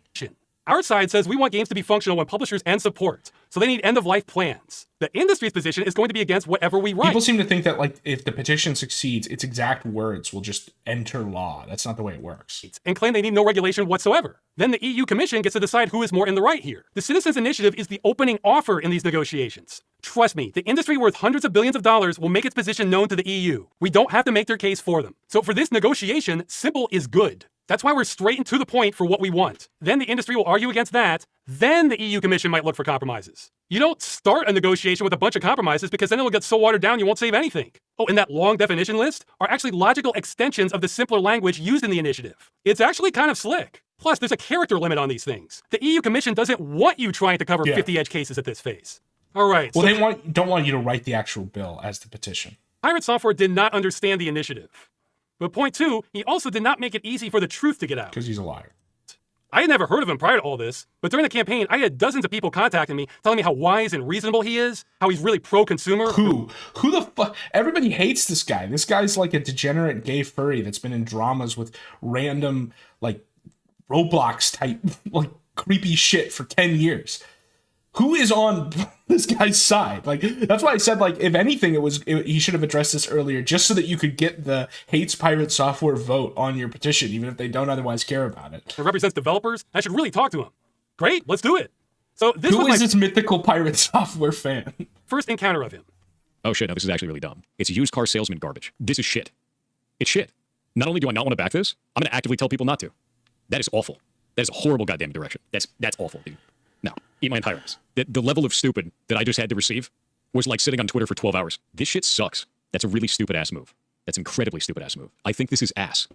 And basically what he's showing here is why I said at the beginning, like, the problem is that Ross is too, like, assumes everybody has good faith and is too autistic, so he won't, like, throw shit back at him after he's very clearly, like, a liar who's trying to lie about him. He needed an attack dog. He needed to contact Ethan Ralph and be like, Ralph, we're going to save video games. I need you to destroy Pirate Software.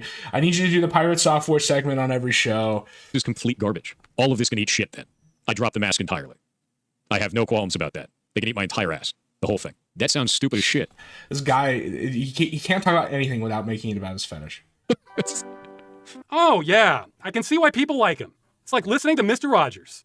As you can imagine, Nobody we've been likes less than thrilled that That's Thor... the other thing Ross doesn't understand is he is with the majority on a lot of this. No one likes Pirate Software, even if they have no opinion about this fucking petition. here has become the dominant voice of the campaign, especially when he doesn't understand it. Though I did find the used car salesman part amusing, since if people could read my mind, they would understand how much I dread anything resembling sales or marketing, or just trying to push things on people who aren't interested in them. I'm not exaggerating when I said I've hated having to run this campaign. This is the most uneducated take I have ever seen in games. Now, as for that one, I do have a bachelor's in criminal justice, which might explain why I'm coming at this from very different angles than he is. You know, focusing on people having rights and checking what consumer law actually says, rather than what's most convenient for publishers. Yeah. Though I think I know where that comment is coming from because I've gotten it before. Here's what I think is happening. Online-only games have a client and a server, but a lot also have middleware that developers don't have permission to distribute to customers, or depend on microservices they have no control over, and the server software isn't even designed to run on a customer system. You can't just cut out the middleware and remove the microservices because they're integrated too deeply. That would still leave the game bricked and could take months to fix and be a lot of work. So I think some devs think we're saying all they need to do is just release the server binaries at end of life, and yay, everything is solved. And that's why they think we're ignorant. Well, for some games that could work, but not ones like these. Plus, that's not what we're saying. First off, we're not even mandating the methodology because, again, doing that could run afoul of copyright law. Second, this whole diagram is looking at a game that exists right now and was never designed to have an end-of-life plan. Yeah. Those might not be salvageable. So what we're saying is let's take a game in the Well, that's why, like, obviously you can't have it be retroactive, which is why one of the first things that Pirate Software lied about was saying that it was, because it's just the most obvious thing that would destroy this whole thing. future. No code has been written yet. It's still just a design That's why, document. like, Okay, it so just we have seems so obvious to me that there's no chance that this isn't, like, a malicious takedown by Pirate Software, and that there's no chance he's not an industry plant. client portion as usual. Then we have the server logic. Now we'll bring in our usual middleware and microservice vendors. Nope. Stop. Now the EU says we can't just brick customer purchases like we've been doing if we want to sell our games there. So that means we can't keep making all these same deals the way we have been. Now we need to renegotiate with the vendors to allow for an end-of-life build with their software. Or redesign things to make the microservices easier to sever at end of life. And vendors probably will renegotiate. Otherwise, they'll start losing sales to everyone who wants to sell games in the EU. Yeah, I mean, the industry will adapt. Now, and like a good counter argument to him about this would be like, well, we don't know how it will adapt and it might end up being worse. But that's just what happens at any point when you start introducing regulation. The vendor refuses anyway. Then we need to go with vendor B, who will offer EU-compliant solutions because they will be happy to take money away from their competitor, vendor A. Or maybe we need to abandon one of the microservices altogether and come up with an in-house alternative that is compatible with an end-of-life plan. And if the server can't run on consumer hardware, well, maybe now we code it in a way that's more versatile and can be compiled to run a stripped-down version with less features for the customer machine at end of life. Or hey, if that's not doable, then we scrap that, but still give customers some form of server software at end of life because now we've planned for this, and inform them it requires specialized hardware. Yeah, and what like Pirate Software would say is like, well, that's all impossible. That'll be like too much. The barrier will be too high. The problem is that it's like there's no like year zero to these guys. Is like regulation has already intervened in this industry before, and like solutions or workarounds or adaptation was made. It's just that because he worked at Blizzard for like 2 years and learned one way to do it, and probably one of the most anti-consumer companies, he just buys the line that anything else is impossible. And they're on their own for getting it working. And these are all just suggestions. But like all this is what engineers are supposed to do, is solve problems like this. So that if the law comes in and says that you can't keep doing this business model, then there's like a business major, like an MBA, a project manager will come and say, all right, group of engineers, we can't do this business model anymore. What are the technical hurdles? Here are the technical problems you guys need to jump over. And then they do it. They already do that every day when they work on the games to like, make different features work or whatever. This is just like part of the job. The publisher would get to decide how they want to comply. Thor is not alone in developers trashing what I just said. I don't know why, but some of the nastiest insults I've received on the entire campaign have been when I try to explain this is what we're asking for. This part in particular triggers some people to no end. That video made me actually mad. Like real mad. Not like fake memes mad, like actually mad. Yeah, you're mad because if you tried to re-enter the industry, you might actually have to like solve a new novel problem, which is making a game with like a single extra restriction. That's not like that's not like crippling. It would just require like maybe some of these features, like you said, to be in-house instead of just being able to contract everything out to Indians who make like shit. Like what these guys are afraid of, honestly, like the reason that it makes them mad, beyond them just being like industry plants, is the idea that they might have to go to work someday to a meeting where they're asked to solve a novel problem and not just being given a rote solution. Like, I'm actually mad. Upsetting people is not our goal, by the way. We actually want this transition to be as easy as possible for publishers and developers. However, we are stubbornly against proposals that won't stop commercial games being destroyed, because that's the whole point. Anyway, you heard Thor's comments for me.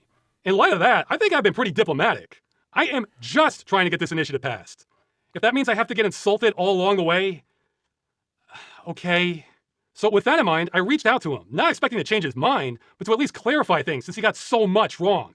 If you're gonna hate us, at least hate us for what we're actually doing, not for things that are made up about us. I got a message from Ross. There were many other misunderstandings in your video. It's clear that you hate the initiative, and I doubt I would change that. That is correct. I would encourage you to at least hate it for what it actually is. I do. He says that so confidently. Oh yeah, you knocked it out of the park. You understood everything. In other words, the customer is told explicitly that their access ends at the time of payment. Most live service games do not do this, which could run afoul of EU law. Most is patently incorrect. Patently incorrect? Okay, for those who don't know much about live service games, that's like saying the Earth isn't round. He says verifiably false things so confidently. If his viewers don't know any better, how can I blame anyone for believing what he says about the initiative when he talks like that? It's incredible. And he does not wish to discuss this with me or anyone else in the initiative. Why not? Would you consider reaching out and talking to Ross about it? No. And the reason why is because I found his entire statement over... Yeah, and he won't... Well, the reason he won't talk to you is because he'll like immediately notice that you're lying. Like, if these guys had an actual conversation, I even think that Ross's autism would not have been strong enough for him not to detect how deceptive all this is. For the YouTube, incredibly disingenuous. Yes, this issue which has bothered me since I was a teenager and I've spent 10 years on trying to push back against is me being disingenuous. Where's this coming from? Well, it comes from a slide I had in my promotional video, the half-joke slide. He hated this, and I think he may have a rather privileged view of politics. You want to put together legislation because it's the right thing to do. We did! Not because you can convince legal representatives to do it no matter what. Well, those are both elements, is that you both believe in the cause and it's practical. Both! These are not mutually exclusive things! The idea that we're going to go through this because it's an easy win, but not the right win? No, dude. Oh, God. So he misunderstood the initiative and misunderstood our intentions. And in his words, this is why he refuses to have a dialogue with the movement. So now I have to address it. Let's keep it basic. He calls me disingenuous, implying I don't believe what I'm pushing for, that this is some sort of con. That's uncharitable to the point of being silly. Besides video evidence going back 10 years, this is not a hard concept to grasp. I hate seeing creative works needlessly destroyed when people are trying to save them, and video games are where I see that happen the most. Of course I believe in what I'm advocating for. Maybe start from there. I'm a little surprised that didn't sink in. The idea of getting it to pass with an easy win instead of pass because it's good is a problem to me. Absolute problem. That's not how politics works.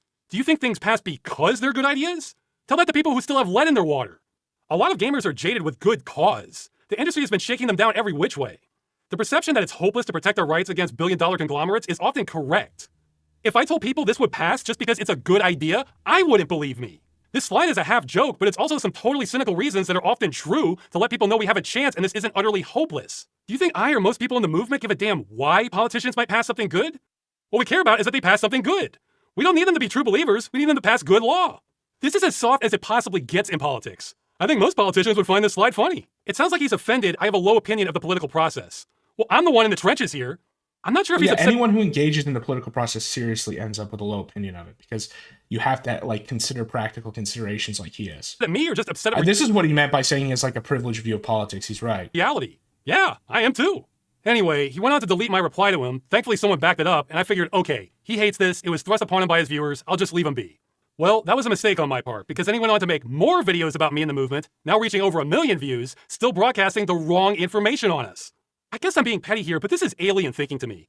Why would you call someone out, then run away from a conversation with them when they say there's a misunderstanding, but then... Because they know that you will detect that they're lying and that the misunderstanding could be clarified. He doesn't want the misunderstanding clarified. want to make I'm sorry, Raj. You're so autistic that you don't see this, that you don't see what's happening here. more videos calling them out. Sir, that is not gentlemanly behavior. All right, Yeah, I know no this is going on shit. too long, so I'll get to the final point. Thor misunderstood the initiative, misunderstood our intentions, and misinformed a lot of people about both. But the irony is, I think he would have hated it even more if he did understand it. Because first, he doesn't see any of this Yes, that's the point. He does hate it, like a priori, because he's paid to, because he's an industry plant, and so he will lie about it to make it worse. as a problem. Gaming isn't in need of saving. In the view of normal No, it's not a people. form of planned obsolescence. It's called the game no longer being profitable and we turn it off. No games are being destroyed here. These are live service games. Yeah, you heard him. No games are being destroyed. Does he just say anything? Is that why he's popular? Yes. More to the point, and what I wish he included in his main video, is he supports games being destroyed. A very strange demand from people in the gaming industry where live service games should live forever, whether in the hands of the developer or otherwise. Yeah, he does have the perseverance. I usually call out POBs, people have balled, and I guess I've been dishonest by not doing it with Ross just because I kind of like him. But yeah, he's fighting a losing attritional war, not just against games getting destroyed, but against his very own hairline. I can't get behind that shit. I think live service games getting sunsetted is fine. I've always thought that. And that's okay. There's nothing wrong with that. There's nothing wrong with that at all. I have no problems with the end of a video game. See, I wish he started his big YouTube video with that message instead of deleting it. Yeah, well, he wouldn't, because then people would immediately detect, oh, this guy's a Fed, like, you know. Instead, he presented himself as pro-preservation and not wanting the medium to die out. It's incredibly important to me that we keep making games and that the next generation has the tools to do so their medium doesn't die out. And it never will. And that's the whole intention of all of this. So he doesn't want games to die out, except he's fine with that. I think there's some cognitive dissonance going on there. No, it's called a lie, Ross. He's against killing single-player called games a that only have a lie. DRM check. Okay. This is a guy who made like one of the best videos on Deus Ex, which is all about like, you know, conspiracies and plants and influencing things from the shadows. And he can't see that this guy is just straight up paid to sabotage this whole thing by lying and double speak. And it's why, like, well, yeah, I talked about this last time, King's Keynote Archive, is that baldness is actually a virtue problem. But yeah, he needed to hire an attack dog at the very beginning of this to just pirate software every week over and over again about his own terrible history about being like a gay degenerate, like groom tier, can't code, yandere dev ass retard every week, and make it about that instead of waiting until now and then giving a serious response, because this is not a serious guy. This guy is just a plant who's trying to get you to engage with him seriously. But then says people who buy single-player games with more than a DRM check are stupid, and he doesn't play those. I don't buy games that are always online single player games. I refuse to play those because it's stupid. That's some tough talk coming from a fan of Diablo 4. It's actually really freaking good, dude. The game's fantastic. Itemization is great. Systems design is great. Storyline has been fantastic. The characters are good. The voice acting is great. So is he saying This guy's a Diablo 4 fan? That's tough. he wouldn't have played Diablo 4 single-player campaign if it didn't have Of course he is, because he's a Blizzard plant. I get more proof. multiplayer also, even though he's praising it and appears to be playing solo? Or is he saying that people that just wanted to play Diablo 4 single-player are stupid? I admit I got lost on his stance there. But what's more clear to me is we're not on the same side. Whoa! Really? You're not on the same side? No shit! Here's a list of some popular games that are all at risk of being destroyed at some time in the future. The Stop Killing Games movement sees any of these being destroyed as a problem, and they're exactly the kinds of games that would start being protected. How if has the- no one told Ross, like, because he runs like a forum on his website where he actually engages with people. That's like what I was talking about at the beginning when I was doing my brief, here are my issues with Ross, so that I could be more positive the rest of the video, because I am on his side on this. But how has no one told him, it's like, dude, okay, this is how YouTube works. This is how drama works. This is how just like Fed ops work. This guy is a plant. He's lying. He's stupid. Go get some gorilla to roll in the mud with him and you ignore him.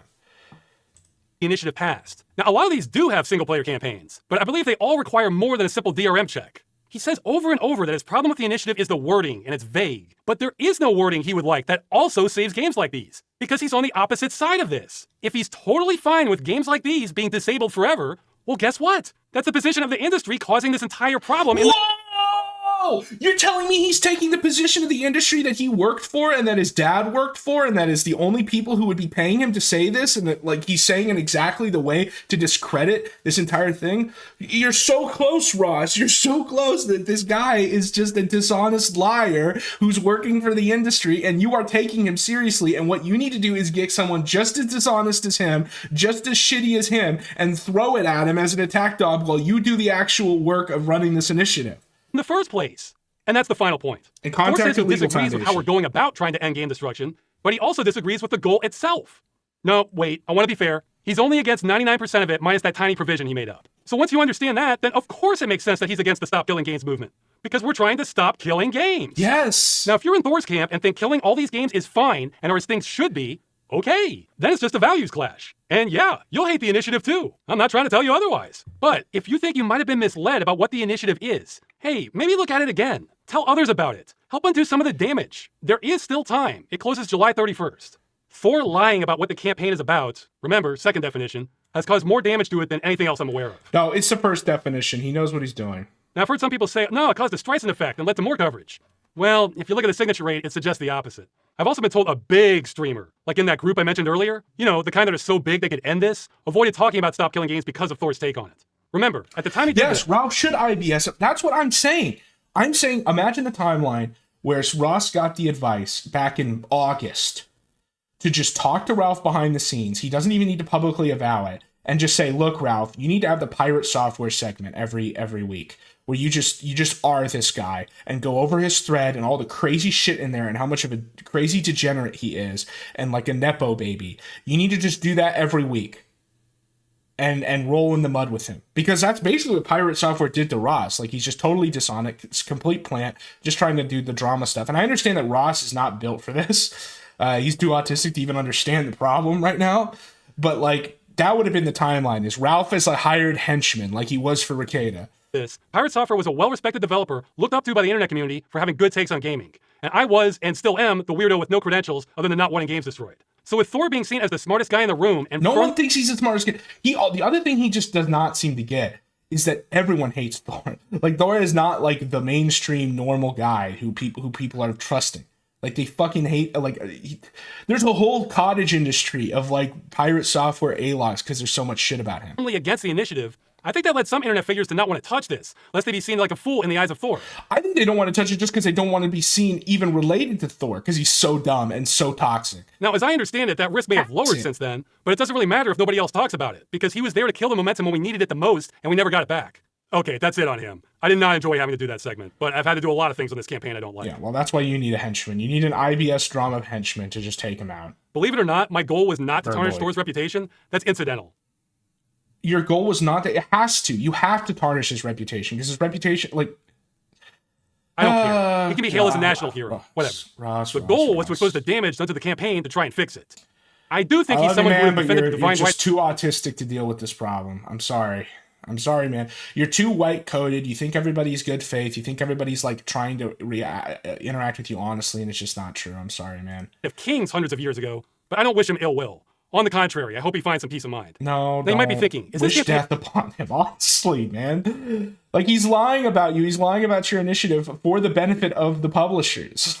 really so fragile that one big streamer can sink it just by misrepresenting it? Oh, yeah, it totally is. It's been an uphill battle almost every step of the way. It sinks or swims to the whims of what big streamers do. It kind of reminds me of the Greek gods. That part about easy wins, that's for the politicians, not us. We still have about 5 other chances for this to work. We have the consumer agencies in France, Germany, halfway. It's because I haven't had time to make more funding. Well, we did. Yeah, no. Here's my, and I wish someone had told you this months ago. Hook up with either Pacific Legal Foundation or the Cato Institute. One of the libertarian, and I'm not avowing them like in general. I'm just saying for strategically for his purposes. Hook up with one of the libertarian legal foundations in the U.S. Stuff like the Federalist Society and other legal foundations. They know how to craft a fact pattern to get a case, and you can talk to them about how this is a property issue, and get them to craft a fact pattern to get the license question to get thrown up to the Supreme Court in a beneficial way. That's how you do this, man. And they'll hook you up with all the international lawyers and stuff so they can help you with your EU thing. And it's easy to. There are people who are interested in this that work at these legal foundations, okay, that would probably want to do work on this. Dig it a little bit. For me personally, I got the feeling of knowing I did everything I could, so I won't have any more nagging doubts like, oh, if only I think there are. I'm pretty sure there are. I had tried harder, I could have saved video games. No, I can close the book on that. So I'll be able to look at myself in the mirror after this. That's a plus for me and anyone else who tried their best. About the only other thing I think the initiative accomplished was we inadvertently saved 2 games. This is hearsay again, but according to an insider at the company, Ubisoft announced offline modes for The Crew 2 and Motorfest because they were afraid the European Citizens Initiative would pass and thought this might kill some of the momentum. Ironically, I don't think they needed to have bothered. We were already losing momentum when they announced that because, well, you know why. But not killing games is the whole point of this. Yeah, it's just such a shame because I agree with this initiative, and I honestly like Ross, and I like the old videos, Fat People Not Good, and all, and Freeman's Mind, and all that stuff. But for something like this, and he admitted it at the beginning, he's like, I really wanted to hand this off because I'm not the guy, right? Guarantee you, Ubisoft had no end-of-life plans for those games prior to this movement. They were absolutely slated to die. Now, But to get like one guide by pirate software because you can't detect a lie is tough. Yeah, he needed an attack dog. Pick any 2 online games to save, I can't say those would have been my choices, but that is something tangible that the initiative changed. Assuming Ubisoft isn't lying. Look, at the time of this video, they still haven't delivered on it yet. So is that it? Is that all the initiative accomplished? Well, without the signatures, sadly, yes, I think so. But some people might say, no, we did more than that. We shifted the narrative. So what? My only goal with this was to stop games from being destroyed. All the talk in the world won't fix that without action. Without the initiative, any victory we get is going to come from... Yeah, I kind of agree with you that this is, like, it's not like it's obviously not that important of an issue, like video games and stuff. But this is kind of his life. And if there was anything for him to focus on with the video games thing, this is something where, like, something could actually get done, I think. That's beneficial to that community. Like, I understand the point you're trying to make is that for a grown man like this, one who's married, who probably should be raising kids right now, it's tough. But if you're already in that position, the hairline's already gone, and you're going to put your energy into it, I think that this is a more clever, more sound issue to solve within games than, than what a lot of the like game grifter type people talk about. One of these 5 paths... Like, this is more useful than Gamergate, is what I'm saying. ...opened up. Speaking of which, what should we expect from that? I honestly don't know. I give all of these coin toss odds. I do think it is highly, highly likely Ubisoft is going to get fined for something by more than one agency. Don't take my word for it. German channel WBS Legal thinks the same. The problem in their eyes is that... All right, well, I think we got this. Speaking of politics, I'd like to make a pitch here. So this guy, Zoran Mamdani, I kind of jokingly said that I wanted him to win the primary just because it'll prove like why rent control is such a bad idea again, because that's one of his platforms. But one of the really unique phenomena with him, I'm bringing up this PC Game article because I think it's so funny how like you can tell exactly who writes PC Gamer based off of how they've somehow managed to like shoehorn advertising for this guy on the thing. Because like there's this phenomenon where a lot of very online leftists were really invested in this campaign because they see this guy as sort of this insurgent wing of the Democratic Party of where the direction that the party should go. And I'm trying to be like good faith here because I'm going to try to make an honest pitch regarding strategy to the... I know leftists don't watch any of this, but if somehow I like cut this up into a video, and someone sees it, they might think it's a good idea. So anyway, it's funny that they're saying they're forced to endure an entrenched political establishment's endless lethargic appeals to an imaginary moderate center. And that's just not true. And other leftists will tell you that the center, moderate center is not imaginary. And obviously this is like a PC Gamer guy, which is why when he even dips his toes into politics, he doesn't know what he's talking about and all this stuff. And it's just sort of funny. But like I said, this represents this like online leftist that was really interested in this campaign. And I just want to point out that if you break down who voted for who between Cuomo, the moderate with a bad past, and I totally understand why people don't like Cuomo, like even from any side of the political spectrum, and Mamdani, is basically working class and people of color voted for Cuomo, and rich people and white people voted for Mamdani, which is the complete opposite of the optics.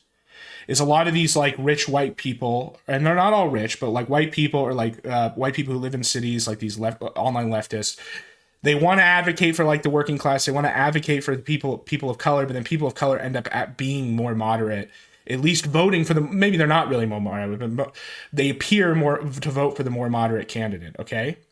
And so obviously Mamdani wins this, but generally the attempts by the sort of more leftist socialist wing of the Democratic Party have mostly failed at primarying people out. And that's not that's just like a statement of fact. I think that leftists would agree with me that generally they don't get wins like this where they get to primary people out. And so I want to make a pitch because I think that there's actually a lot more overlap in the political future but between like the people on the right who maybe saw an opportunity in Trump but don't like some of the like pro-Israel stuff, they don't like some of the corporate cucking and all that, and this like left-wing very online want to push the Democrats in a new direction. I think there's actually more overlap to the point where it's very feasible that in the next 20 years the two parties are this weird fusion of anti-Israel, anti-immigrant, but pro-intervention in the economy, healthcare reform, basically social, like light social, democratic socialism is what they call it, to be like honest, to try to be honest, like democratic socialism. That there's going to be like a fusion between those. It's going to be that versus basically boomer equity, which is status quo. Houses need to stay expensive. 1 million immigrants so that I can have like cheap labor or whatever. And it's interesting because the people who voted for Andrew Cuomo, like generally working class people, do not like immigration, but they might like some of those like socialist type policies, democratic socialist type policies, and like essentially not liking white people. And so here's my pitch, guys. Here's my pitch to the zero socialists who are ever going to listen to this, and like leftists who want to reform the Democratic Party. Have any of them considered, rather than trying to primary out Democrats and change the Democratic Party, but by changing the Republican Party? And I'm honestly, because like think about this, the Democrats have such a stranglehold over their primary process, and they have so many rules, and it's so like there's so much inertia with Chuck Schumer and all the liberals and stuff, and the like neoconservatives and all this, that no one who's actually insurgent can ever get win. And this is like a very rare case where they have, and that's why there's so much coverage of it. But the Republican Party already got hijacked. Like that is like a big like narrative of both among liberals and leftists, is that after having basically no coherent ideology that differentiates them from the Democrats after 2008, and just kind of not really having a purpose, Trump came in and hijacked the Republican Party and pushed it into an actual distinguishable direction where it has different beliefs, right? So like the institutions and framework to block out outsiders and to block out, in the view of the status quo radicals has already been destroyed within this Republican Party. So I honestly think that if you were like a socialist or you're like a leftist, you like guys like Zohran Mamdani and what they represent, cool. You would be able to create a faction within the Republican Party and influence it before the Democrats, because the Democrats are so captured by like boomer equity and like guys like Chuck Schumer, classic neocon stuff. So I don't know. I would just, if I was like a Hassan, if I was like a leftist, and I've been trying for so long to push the Democrats in my direction, I honestly think that you would have more success primarying out Republicans and putting in your Mamdanis in the Republican Party, as crazy as that sounds. Because like the Republicans, there's so many like guardrails that the Democrats have to keep stuff like this from happening very often that the Republicans don't. And what you might end up getting is that like the Republicans are the only actual political party where all of the like politics happens, because you'll have like the MAGA wing, the like remnants of the neocons, and then potentially like just straight up Democratic, like racially diverse, but also anti-immigrant socialists. And then that might all meld into something completely new and completely novel that has actual political, like an actually politically energetic will behind it.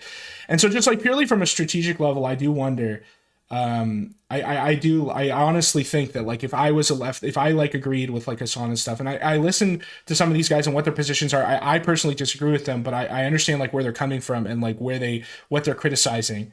Is I honestly think that you would have, just purely from effectiveness, that you would probably be able to get more Mamdanis in the Republican Party and like in certain municipalities and certain areas and stuff, where you create this actually like diverse socialist coalition.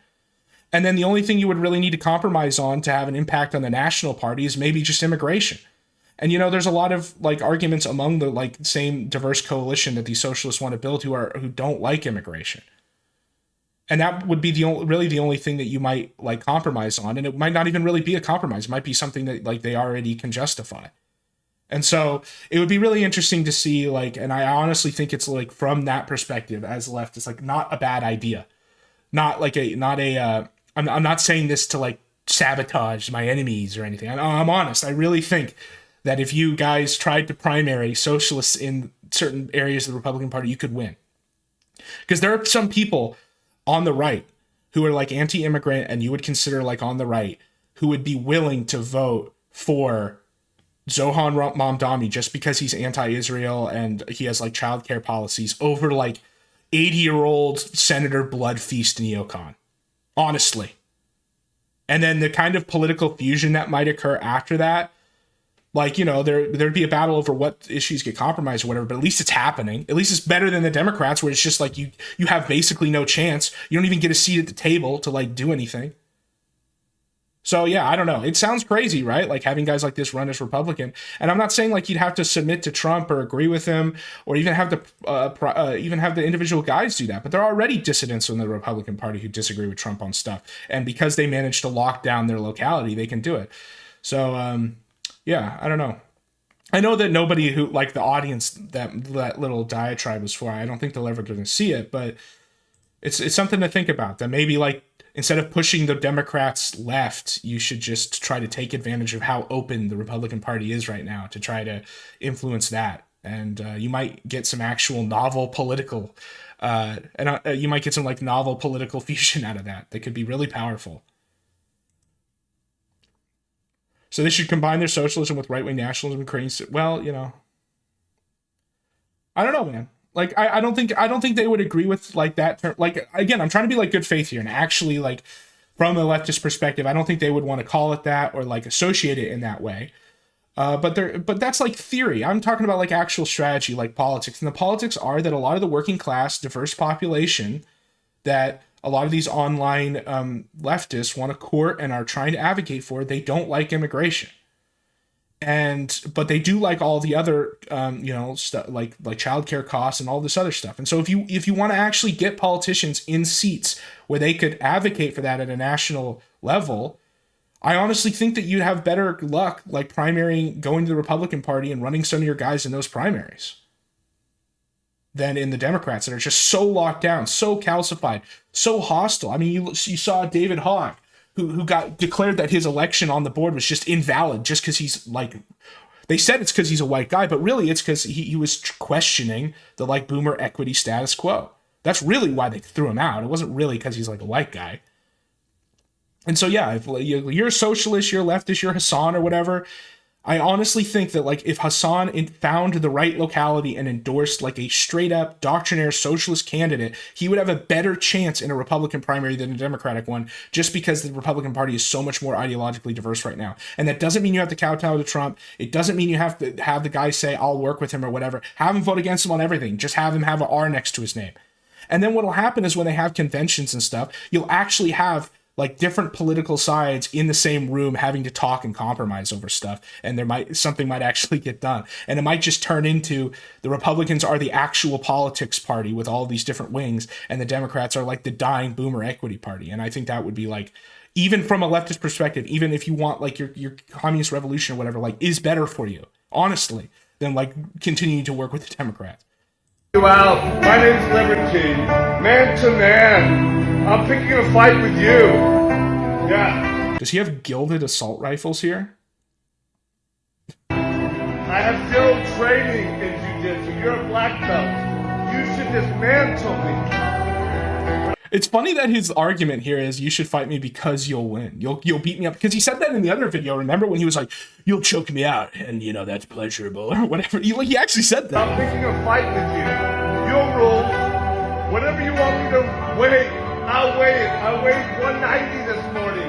I'll come to you whenever you're ready. Whenever you're ready to go. I'm on a vibration plane, by the way. Okay, what is he on? Like, for real. Like, this is more than just him being crazy. Like, I mean, he's got Palumboism, so like obviously that's from all the steroids and shit. But he also sounds like he is on he's on something. Like painkillers.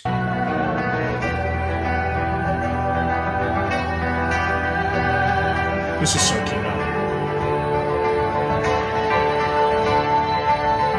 Just dancing with the assault rifles, saying that you're gonna kill Joe Rogan. I can't believe they took this guy from us.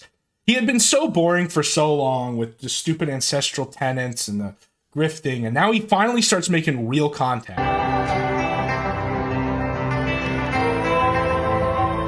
Yeah, I mean, it looks like yeah, but that's like part of Palumboism, isn't it? Is that it gives you like an umbilical hernia, like Worski. Worski, just think, Elise Liver King is jacked. Like, for all the bad shit about steroids, I'm not saying steroids are good, but at least he ended up jacked, whereas Worski has like the body of a 40-year-old mother and a hernia, probably because he like did a T-cycle once. Yeah,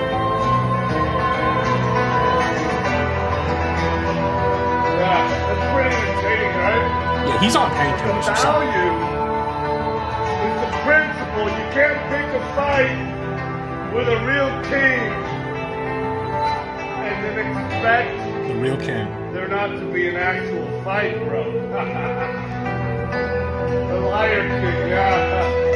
That, you can call me all those names, but the minute my family is received an expected aversion less than what they earned because of the fucking Untold Truth movie, you're a liar, Netflix.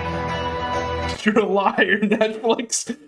Now he's gonna take out Netflix. Joe Plural Man, who directed the movie, you're a liar, Julius, come back. Joe Rogan, you're Yeah, this is like painkillers, man, because it's like a downer and he's like slurring his words. not a liar. You're actually good. I guess he could just be drunk, but yeah, he might just be drunk and like, you know, ascended. Wow, look at that. You're walking through the dark forests of Germany with the rest of your Roman legion, and you just look out into it, and this looks back at you, and that's how you know you're about to lose 5 legions. Fucking true. A wolf, you're not really a king, not yet about to be. A wolf, I am not really a king, I'm about to be. Is that what he said? About to be. But you're good and true, and I'm picking a fight with you. I bet you $1 million. Whoever fucking wins the fight between you and me, whoever wins donates. What? You're not giving me the whole video? Holy shit. What is going on there? What is wrong with his leg?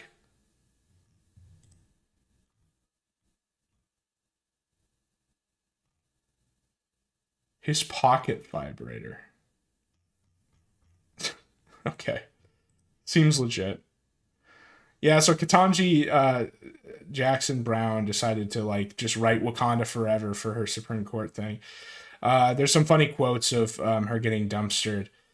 This isn't even the first time she's written something really like just totally nonsensical like this, but I'm glad people are yeah, it is kind of too LARPy and role play.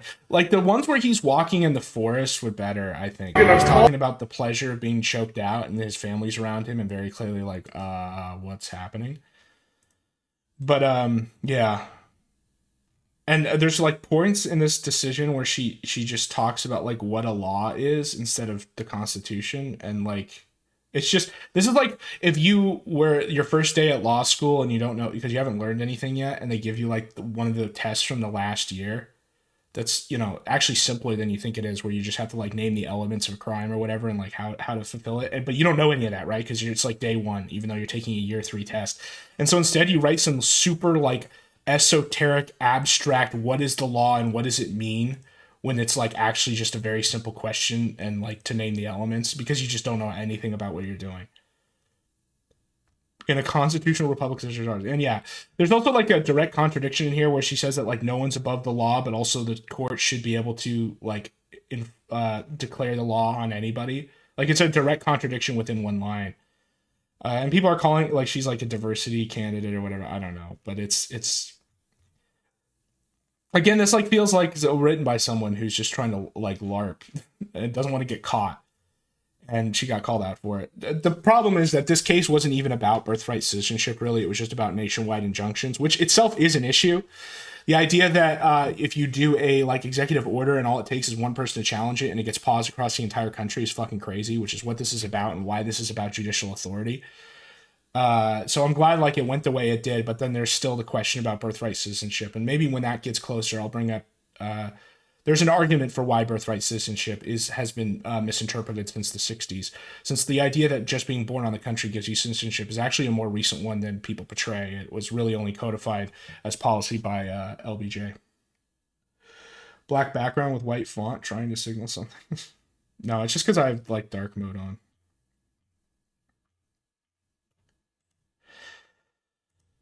Yeah. I think that's all I got, because I'm not going to read this whole fucking thing to you guys, because I'm pretty sure it would just be boring. Oh, wait. Let's see this. I saw this earlier before I started that fish tank got swatted.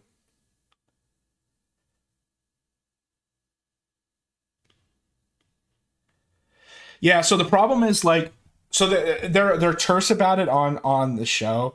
They say that it's like the locals trying to kick them out. The real story is that what happens is Sam has like really dedicated haters, both for political reasons and because of like the claims against him. And so what they'll do is they'll annoy the localities over and over and tell lies. Like they tried to trick them into thinking he stole the house. This was a different season from the original owner and stuff like that, until the localities just want to have nothing to do with it and kick them out. So it's not really as simple as just like the locals hate them. It's like there's someone inducing the locals to hate them by telling them lies and annoying them. And I don't really know how you solve this problem, because the only thing I could think of is that you have to find a town like 6 months before you start and literally send a representative to go to their town council meetings like every month for like 3 months to build a relationship with the counselors, like the actual members on the council, and be very clear about like, this is the house you're going to use. Here's all the paperwork. So you know that like we have it legally. Here's the, like the, basically like just a list of generally the things that are going to happen, that, and obviously you don't give details because they're going to think it's degenerate, but and how it's not violating anything. Here are consent forms from everybody involved, because I know they already do all this. It's just you go to like literally like 3 months before you start filming, you go and build a relationship with the local town council. That way when the crazy trannies call and start like trying to induce the council to throw them out, they're intervening on an already existing working relationship rather than being the ones to initiate it, which is the way it's happened. And that's like really annoying and stuff, but you know, Sam has resources and he could get it done. The only other thing is like do a house in Mexico. The problem with that is like, if you think the swatting and stuff is bad now, what happens when they call like the cartel on you? And they call and like, or whatever, just even the police, because they're like corrupt too. So I don't know. President Harris. So yeah, and if you like look into these people who are doing this, they're just fucking crazy. Like, as you would imagine, to care this much about shutting down Fish Tank, which is, it's not even political. Is Jet Neptune? Yes. Yeah, I know. People don't like Jet Neptune because he's a chaser. I think he can be funny sometimes, and I do think that there's a reason why Sam separates Fish Tank from MDE. And it's like compartmentalized, because like Fish Tank is Jet's project with Sam, whereas MDE is like MDE is its own thing that's separate from it. The other thing is Zippy, Zip the soda, I think is going to have its launch soon. And I've been watching Extreme Peace. The cat's already in the bag about me giving Sam money, so I don't feel bad about saying that. I'm sorry, I'm a fan. Has Juice been crying on the Kino? Let's see. I did talk about the Kino Casino thread in the beginning of this stream, but if something new has happened. I read some of Milk Sport's posts where he decides to, apropos of nothing, tell us his history about jerking off condoms. I think you were there for that, but yeah, let's see. No, it doesn't look like he's been doing anything. The other question is in the Medicare thread. I reposted my post that got deleted, just not in all caps, and it didn't get deleted. I think the reason it didn't get deleted is because I also included in that post the revelation that they're doing stealth bans, that they're doing like stealth deletion, and I think they really don't want people to know that, because it's super sus, obviously. Let's see. Oh my gosh. Yeah, it's just people sweeping, essentially, it looks like. I'm not going to simp for digital. Well, that's basically what you did by sweeping this thread, dude. Like, And I don't even know. Like, he could have kept stayed out of this. He didn't need to like insert himself into it. He could have just let the thread work itself out. It wasn't that disruptive. Shit! I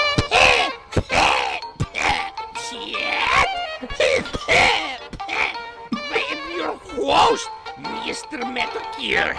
Oh, there, shit. I have 10 different forms of fibromyalgia. Oh, vey! They claim to not want the big red text spam touts. Well, that's the excuse. The problem is they were sweeping before it. People were really posting red text. And Josh was in the thread spurging before that too. People only started posting red text because it escalated.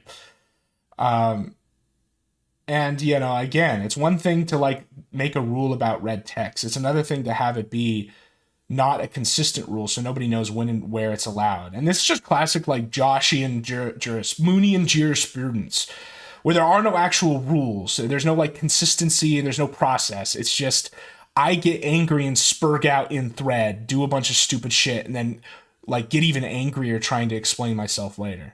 My friend Shlomo Sekelstein is helping me with the Talmud because I am reading anime. I mean, how is this not Kino? Let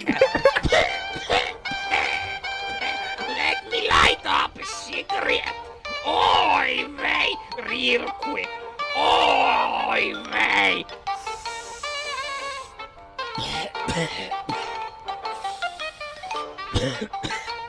Jade! Jade!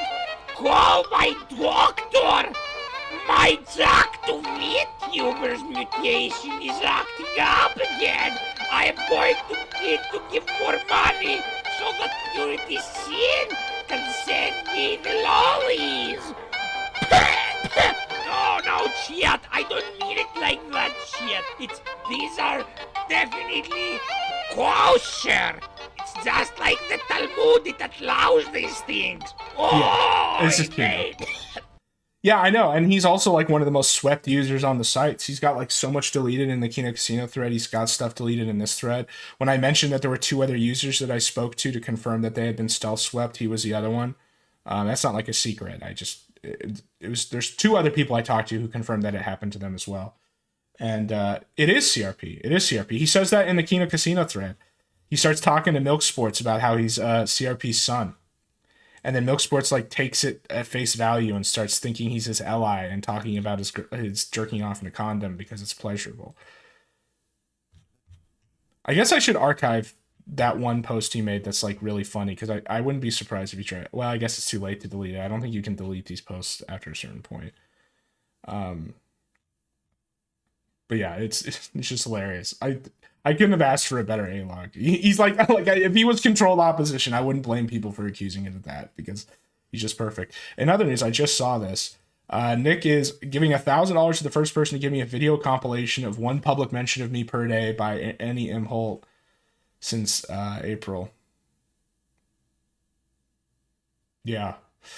And Aaron's retarded. Aaron deserves all this. I don't like how in the brigade they spend 10 pages trying to be like, we need Aaron to win so Nick will lose. But I already talked about this. Price is negotiable, then don't say $1,000. If you'd like to be hired to do the jobs, my DMs are, do not contact any what? Only public posts. Yeah. So yeah, he's kind of doing gay. I will say, like, obviously, like, what Aaron did was obviously violating the restraining order and he deserves to get hit with it. But it's also clear, and Rekida's basically admitted that he, like, called the court over and over and over again and, like, harassed him to get this done. But they're, like, in a fucking existential internet war, right? I don't really blame him for that. He's so deep in, he's so far in it. Like, can we expect anything else? Can we expect anything else?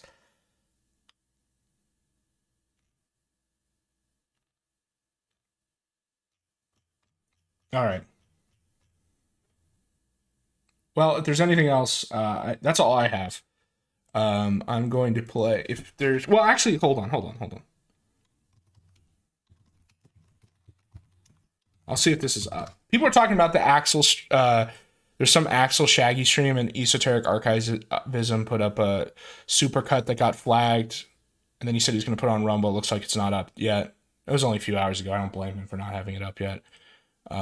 If he does, then I will. I hear that goes pretty crazy. Like Axel tricks Shaggy into calling some like porn sex line, thinking that it's Shaggy's church, and then Axel spurgs out and calls every Mormon church in California or something. I don't know. It's like, whoa. it's things are on that side of the sector, in the sector gutter, the gutter underneath the sector. You never know what's gonna fucking happen.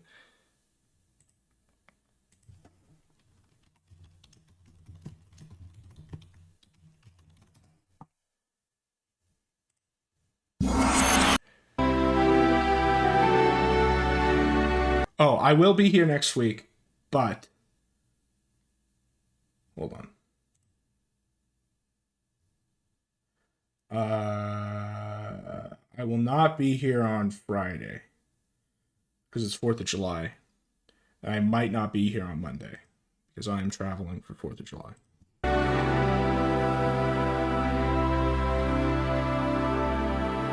know you're all waiting with bated breath for me to pitch for primaries to socialists. Stupid shit.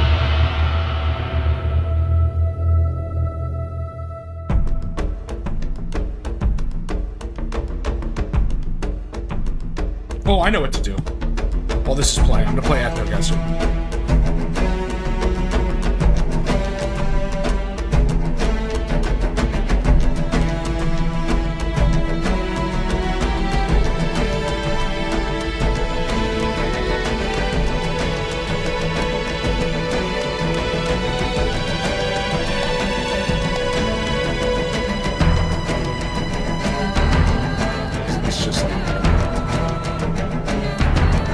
Guys come from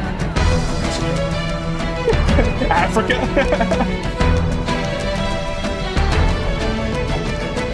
Shout out Bronx Beach. Final Bronx Beach victory. NC.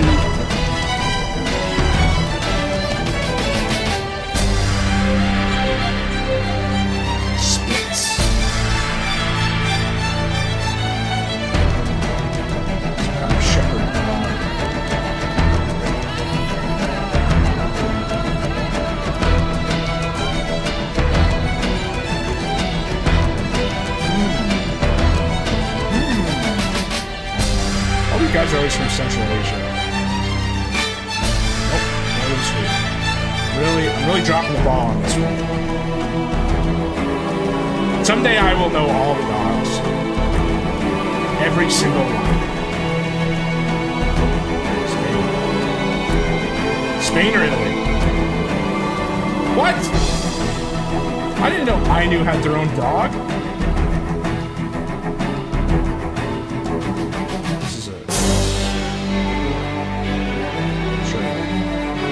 What? I didn't know the Czechs had dogs. See, these are bird dogs. At least the ones that are low to the ground are big floppy ears. You always know they're going to be like France or UK.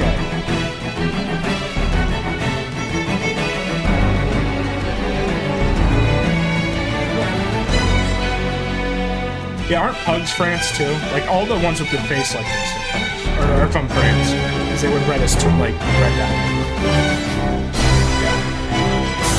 Dog de Bordeaux. Terrier.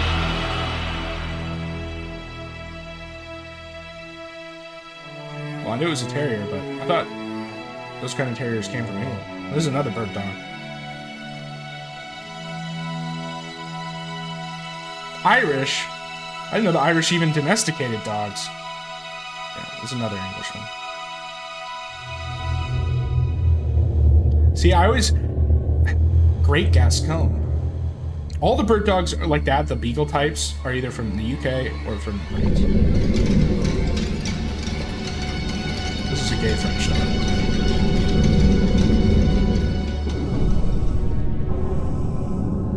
Well, I suck at doggo guesser today. Some days I do well. Chinese crested dog, what the fuck?